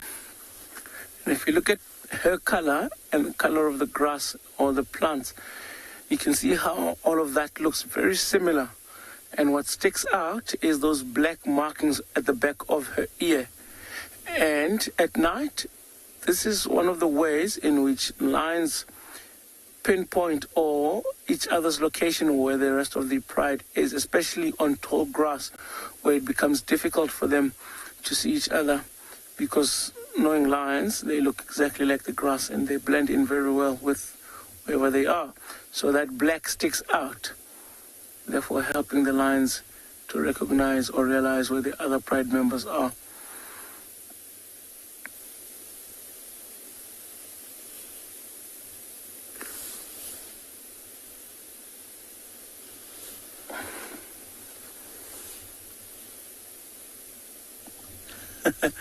Lerato, you're absolutely right, because at night there's just something different.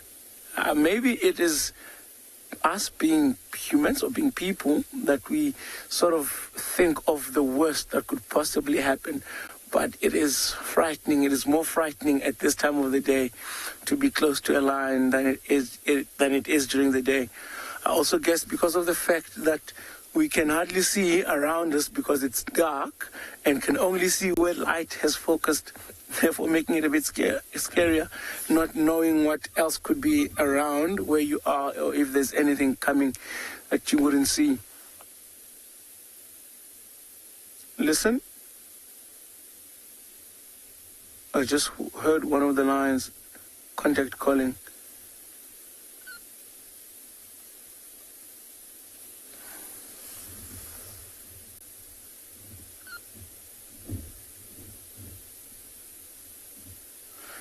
It sounds like it's this one right here on the screen.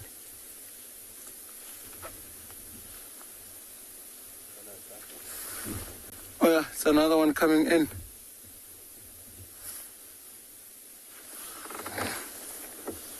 One of those young males.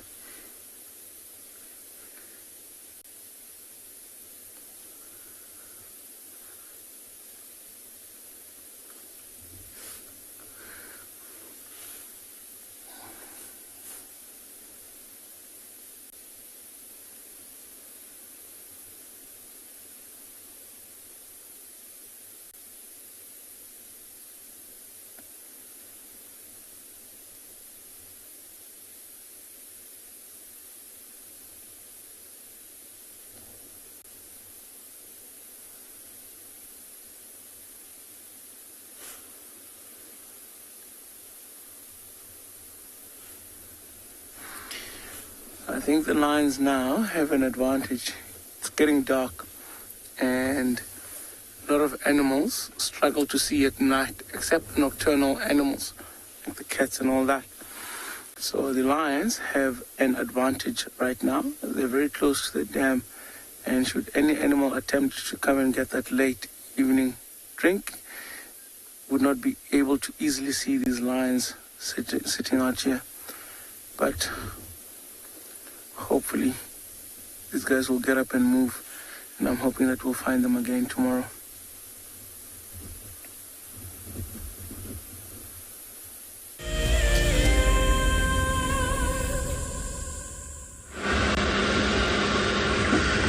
Yeah, welcome back with us. We're driving along Zoe's road now and see what we can spot. There was also a few vehicles who wanted to join the sighting at the Telamatis, so we had to give a bit of space. We did spend quite a long time with them, so that was nice. But when we left, they were still lying there. Yes, I think now we'll try Impala's plane and drive around this area. Hopefully we can spot something.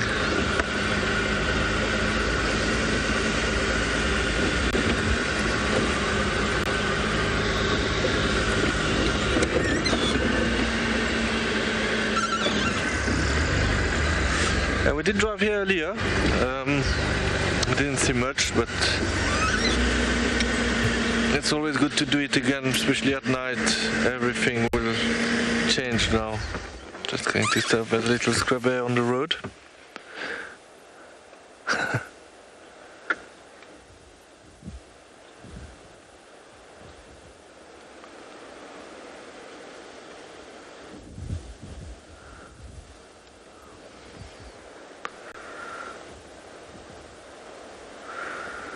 You must be a little bit worried tonight because of all this wind. You can see it doesn't feel very comfortable.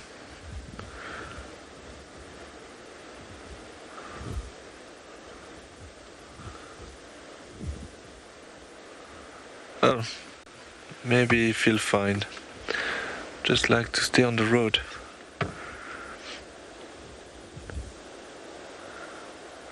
Looks like he's currently eating some grass. Yeah, there's quite plenty of them around here. You see them very often at night.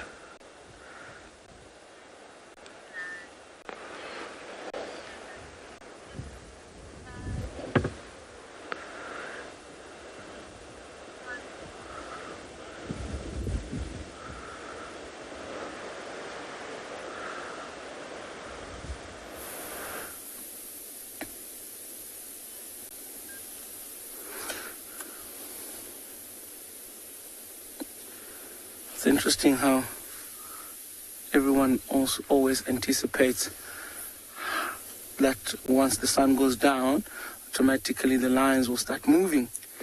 And yet we still have to think about the aspects or the influences or what really would be the reason for the lions to move. I mean, the sun has gone down, yes, they are nocturnal, yes, they hunt mainly at night. But is there a reason for them to move?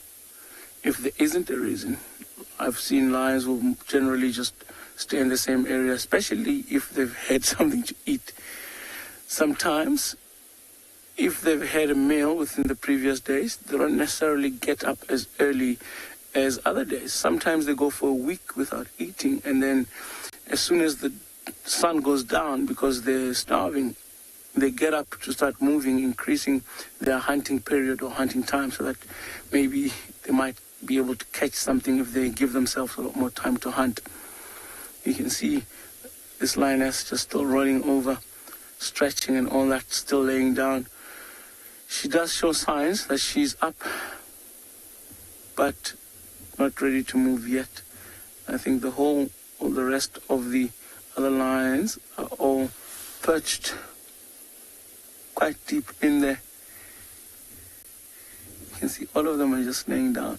Plus, you never know, you might get up to leave and an opportunity arises and presents itself in this area where a herd of wildebeest or a herd of buffalo decides to come down for a drink quite late. Maybe they might get that opportunity.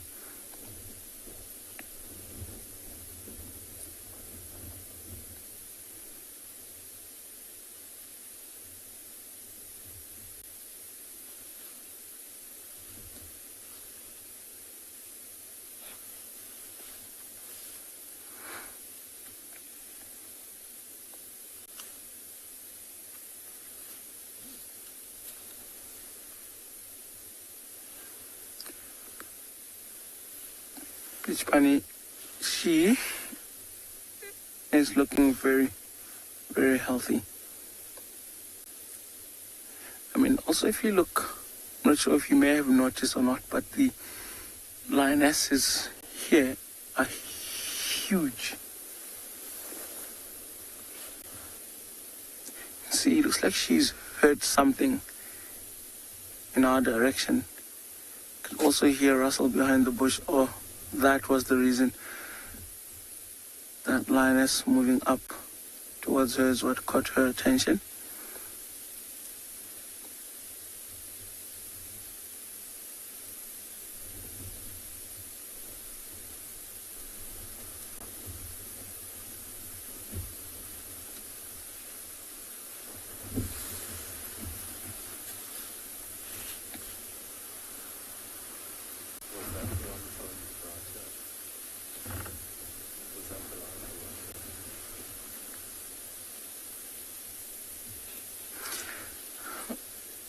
I think with a prominent wind like this, it's most likely that these lions could be trying to sleep in one cuddle place.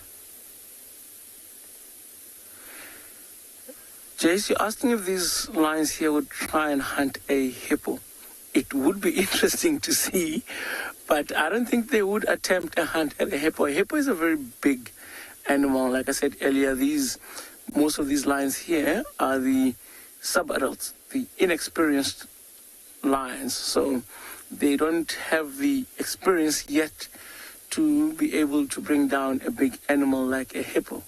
Plus, a hippo is a very dangerous animal. In fact, it might even be Africa's most dangerous animal, because a hippo kills more people in Africa than any other animal. So to attempt a hunt, it would be ridiculous. It would be interesting to watch. I mean, with the lack of experience and the strengths and the teeth and tusks of a hippo, it's very dangerous. Plus, being close to the dam, if these lions were to attempt anything like that, it would be much easier for the hippopotamus to just run back into the water and avoid unnecessary conflict and all that.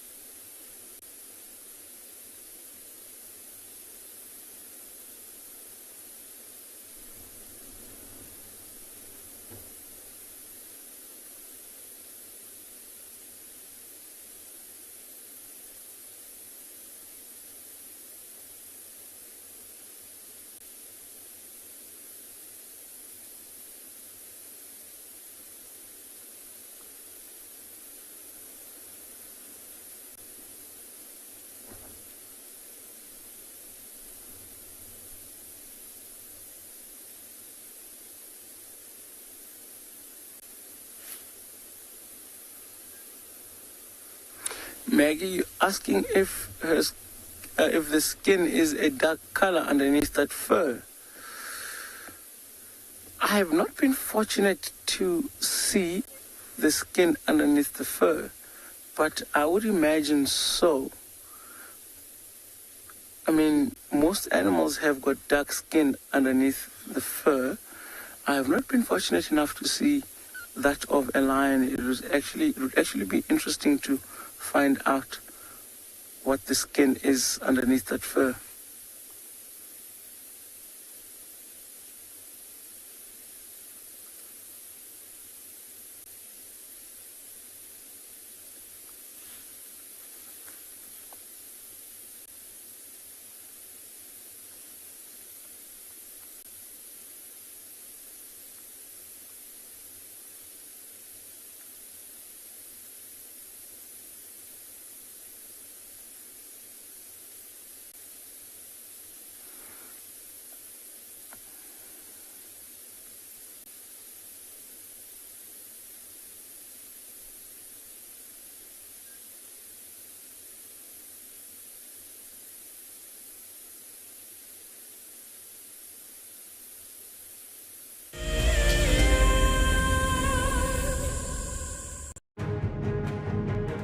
One thing that WildEarth strives to achieve is to connect kids with our natural world.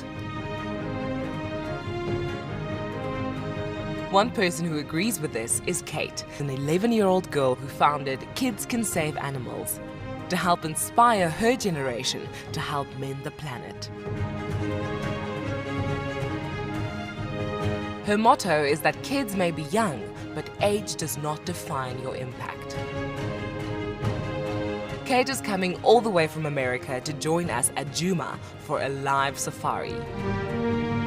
She wants to connect with all of the WildEarth kids, answer your questions, and help you understand that there are plenty of ways that you can make a difference regardless of your age. So join us on the 4th of August at 2:30 p.m. Central African Time for a very special kids safari. My name is Moritz and I come to you live every day from Tswalu Kalahari here in South Africa. My favorite thing is probably the predators. And as you can see, we're looking at some of them right now. These are the kings of the Kalahari. Spending time with the cats, it's just a privilege. And I love their behavior, you know, the more that you look at them, just the power and the sheer beauty and elegance of them. Catch up with the guides daily here on WildEarth. Goodness, look at its wobbly legs. Oh, I don't believe it. I can't believe we've actually seen it. Oh my goodness. Oh, careful, careful, careful. Oh no. Oh, it's okay, little one. Okay. Expect the unexpected here on WildEarth daily. Hi everyone. My name's Daniel Fisher and I'm going to be your guide this afternoon. I'm looking really forward to taking you through and showing you all the beautiful places here at andBeyond in Ngala. If you have any questions, please register on our website. Once registered, go to the live page feed and post your questions underneath the live feed. Join me on my next safari through andBeyond in Ngala on WildEarth. Send me live questions through the WildEarth website and I'll answer them live from the African bush.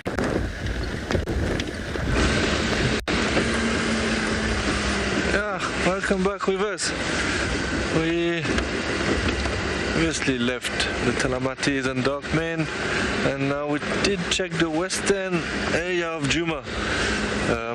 Didn't see much. We almost had sandy patch now, so we're going to see what's happening on that side.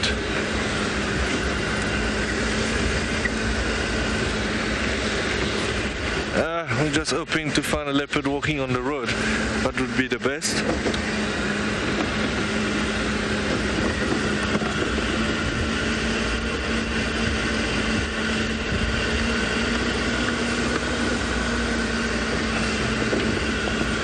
So I got a question. I'm not sure if I got it well, if I can get it again from Etsy. It's a bit windy sometimes. We can't. It's a bit more difficult to hear.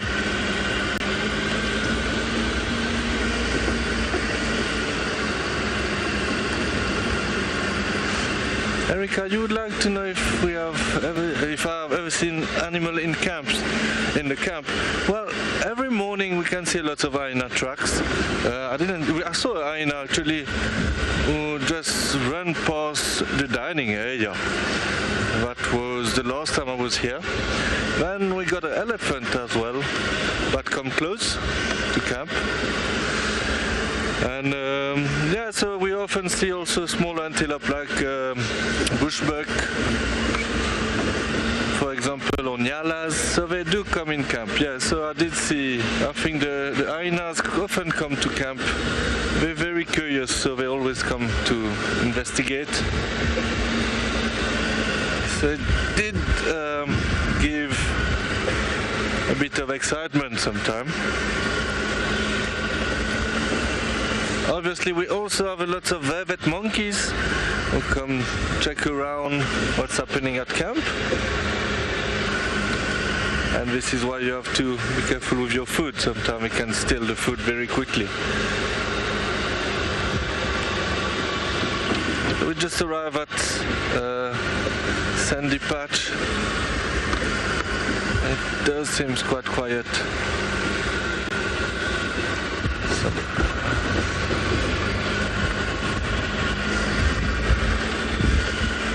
It is a nice place where normally dogmen like to come as well, sandy patch.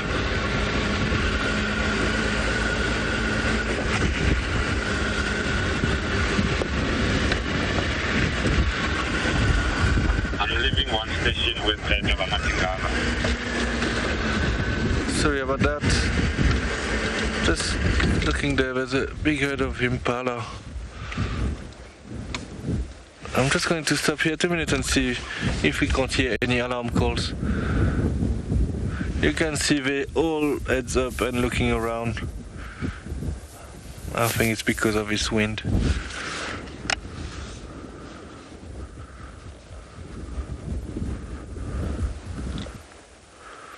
Can you imagine? It's not an easy time for them at night, especially when it's windy. They all have to be careful and look around, because it's the best time for the predators to hunt, obviously.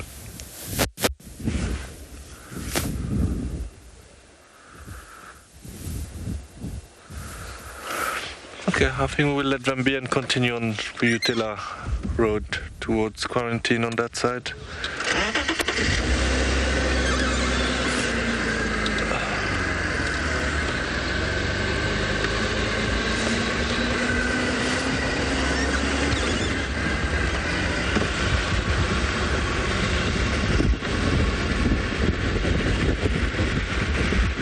Justin, you would like to know if I ever had a very close encounter with an animal? Yes, I had a few. Not one was quite dangerous because it was an elephant in must, and I was not a guide yet. It was quite a long time ago, in I think 2013, and we got charged in a very small car by an elephant in must, and he stopped very, very close to the car. That was very scary, I remember. And even when he shook his head close to the car was moving, because it was a very small car. And so that was one of them. And yeah, we bumped very close to male lions on foot as well. So that also happened. We were walking, and about 10 meters from us there was two male lions sleeping, and the lions and us got a fright. It was quite funny actually, but it was not as dangerous as because the lion just ran away from us. But you get a few close encounters. This is something you can't always not have in the bush, but you always have to read the behavior of the animals and give them the respect they deserve to try to avoid these dangerous encounters. But it does happen.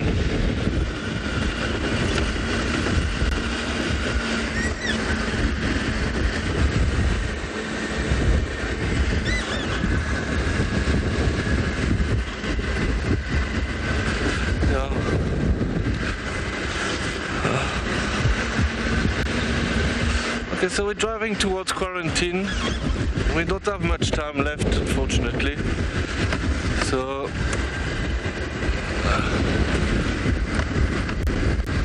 yeah, it's very windy, as you can hear.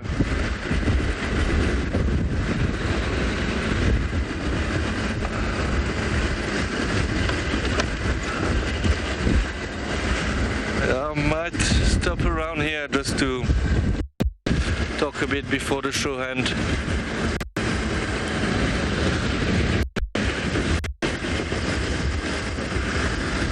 Well, we did drive quite a lot today, and we did spend a lot of time with the Talamatis, so it was a if I may say. But I think it was a very good drive for lions, and very good drive for lions, and very nice that Lauren found a cheetah. Okay, so I think I'm just going to stop here. We're not far from quarantine, but I just would like to end the show here. Maybe look on that side if there's anything to find. So it's not the best way to end the show, but we're still quite far from a nice open area. Well, it was a pleasure having you on drive with us again this afternoon.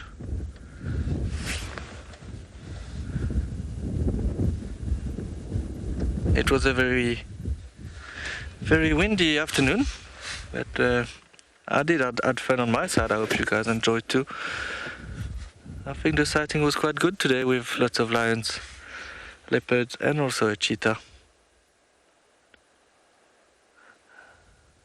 Hopefully tomorrow morning it will be a little bit less windy and we can have a very nice, beautiful sunrise. I am really looking forward for tomorrow morning. I hope that the calamities will still be on Djuma and maybe we can find a leopard on my side. But thank you again for joining us. Thank you very much for all your questions. Please join us tomorrow morning as well. Good night for now.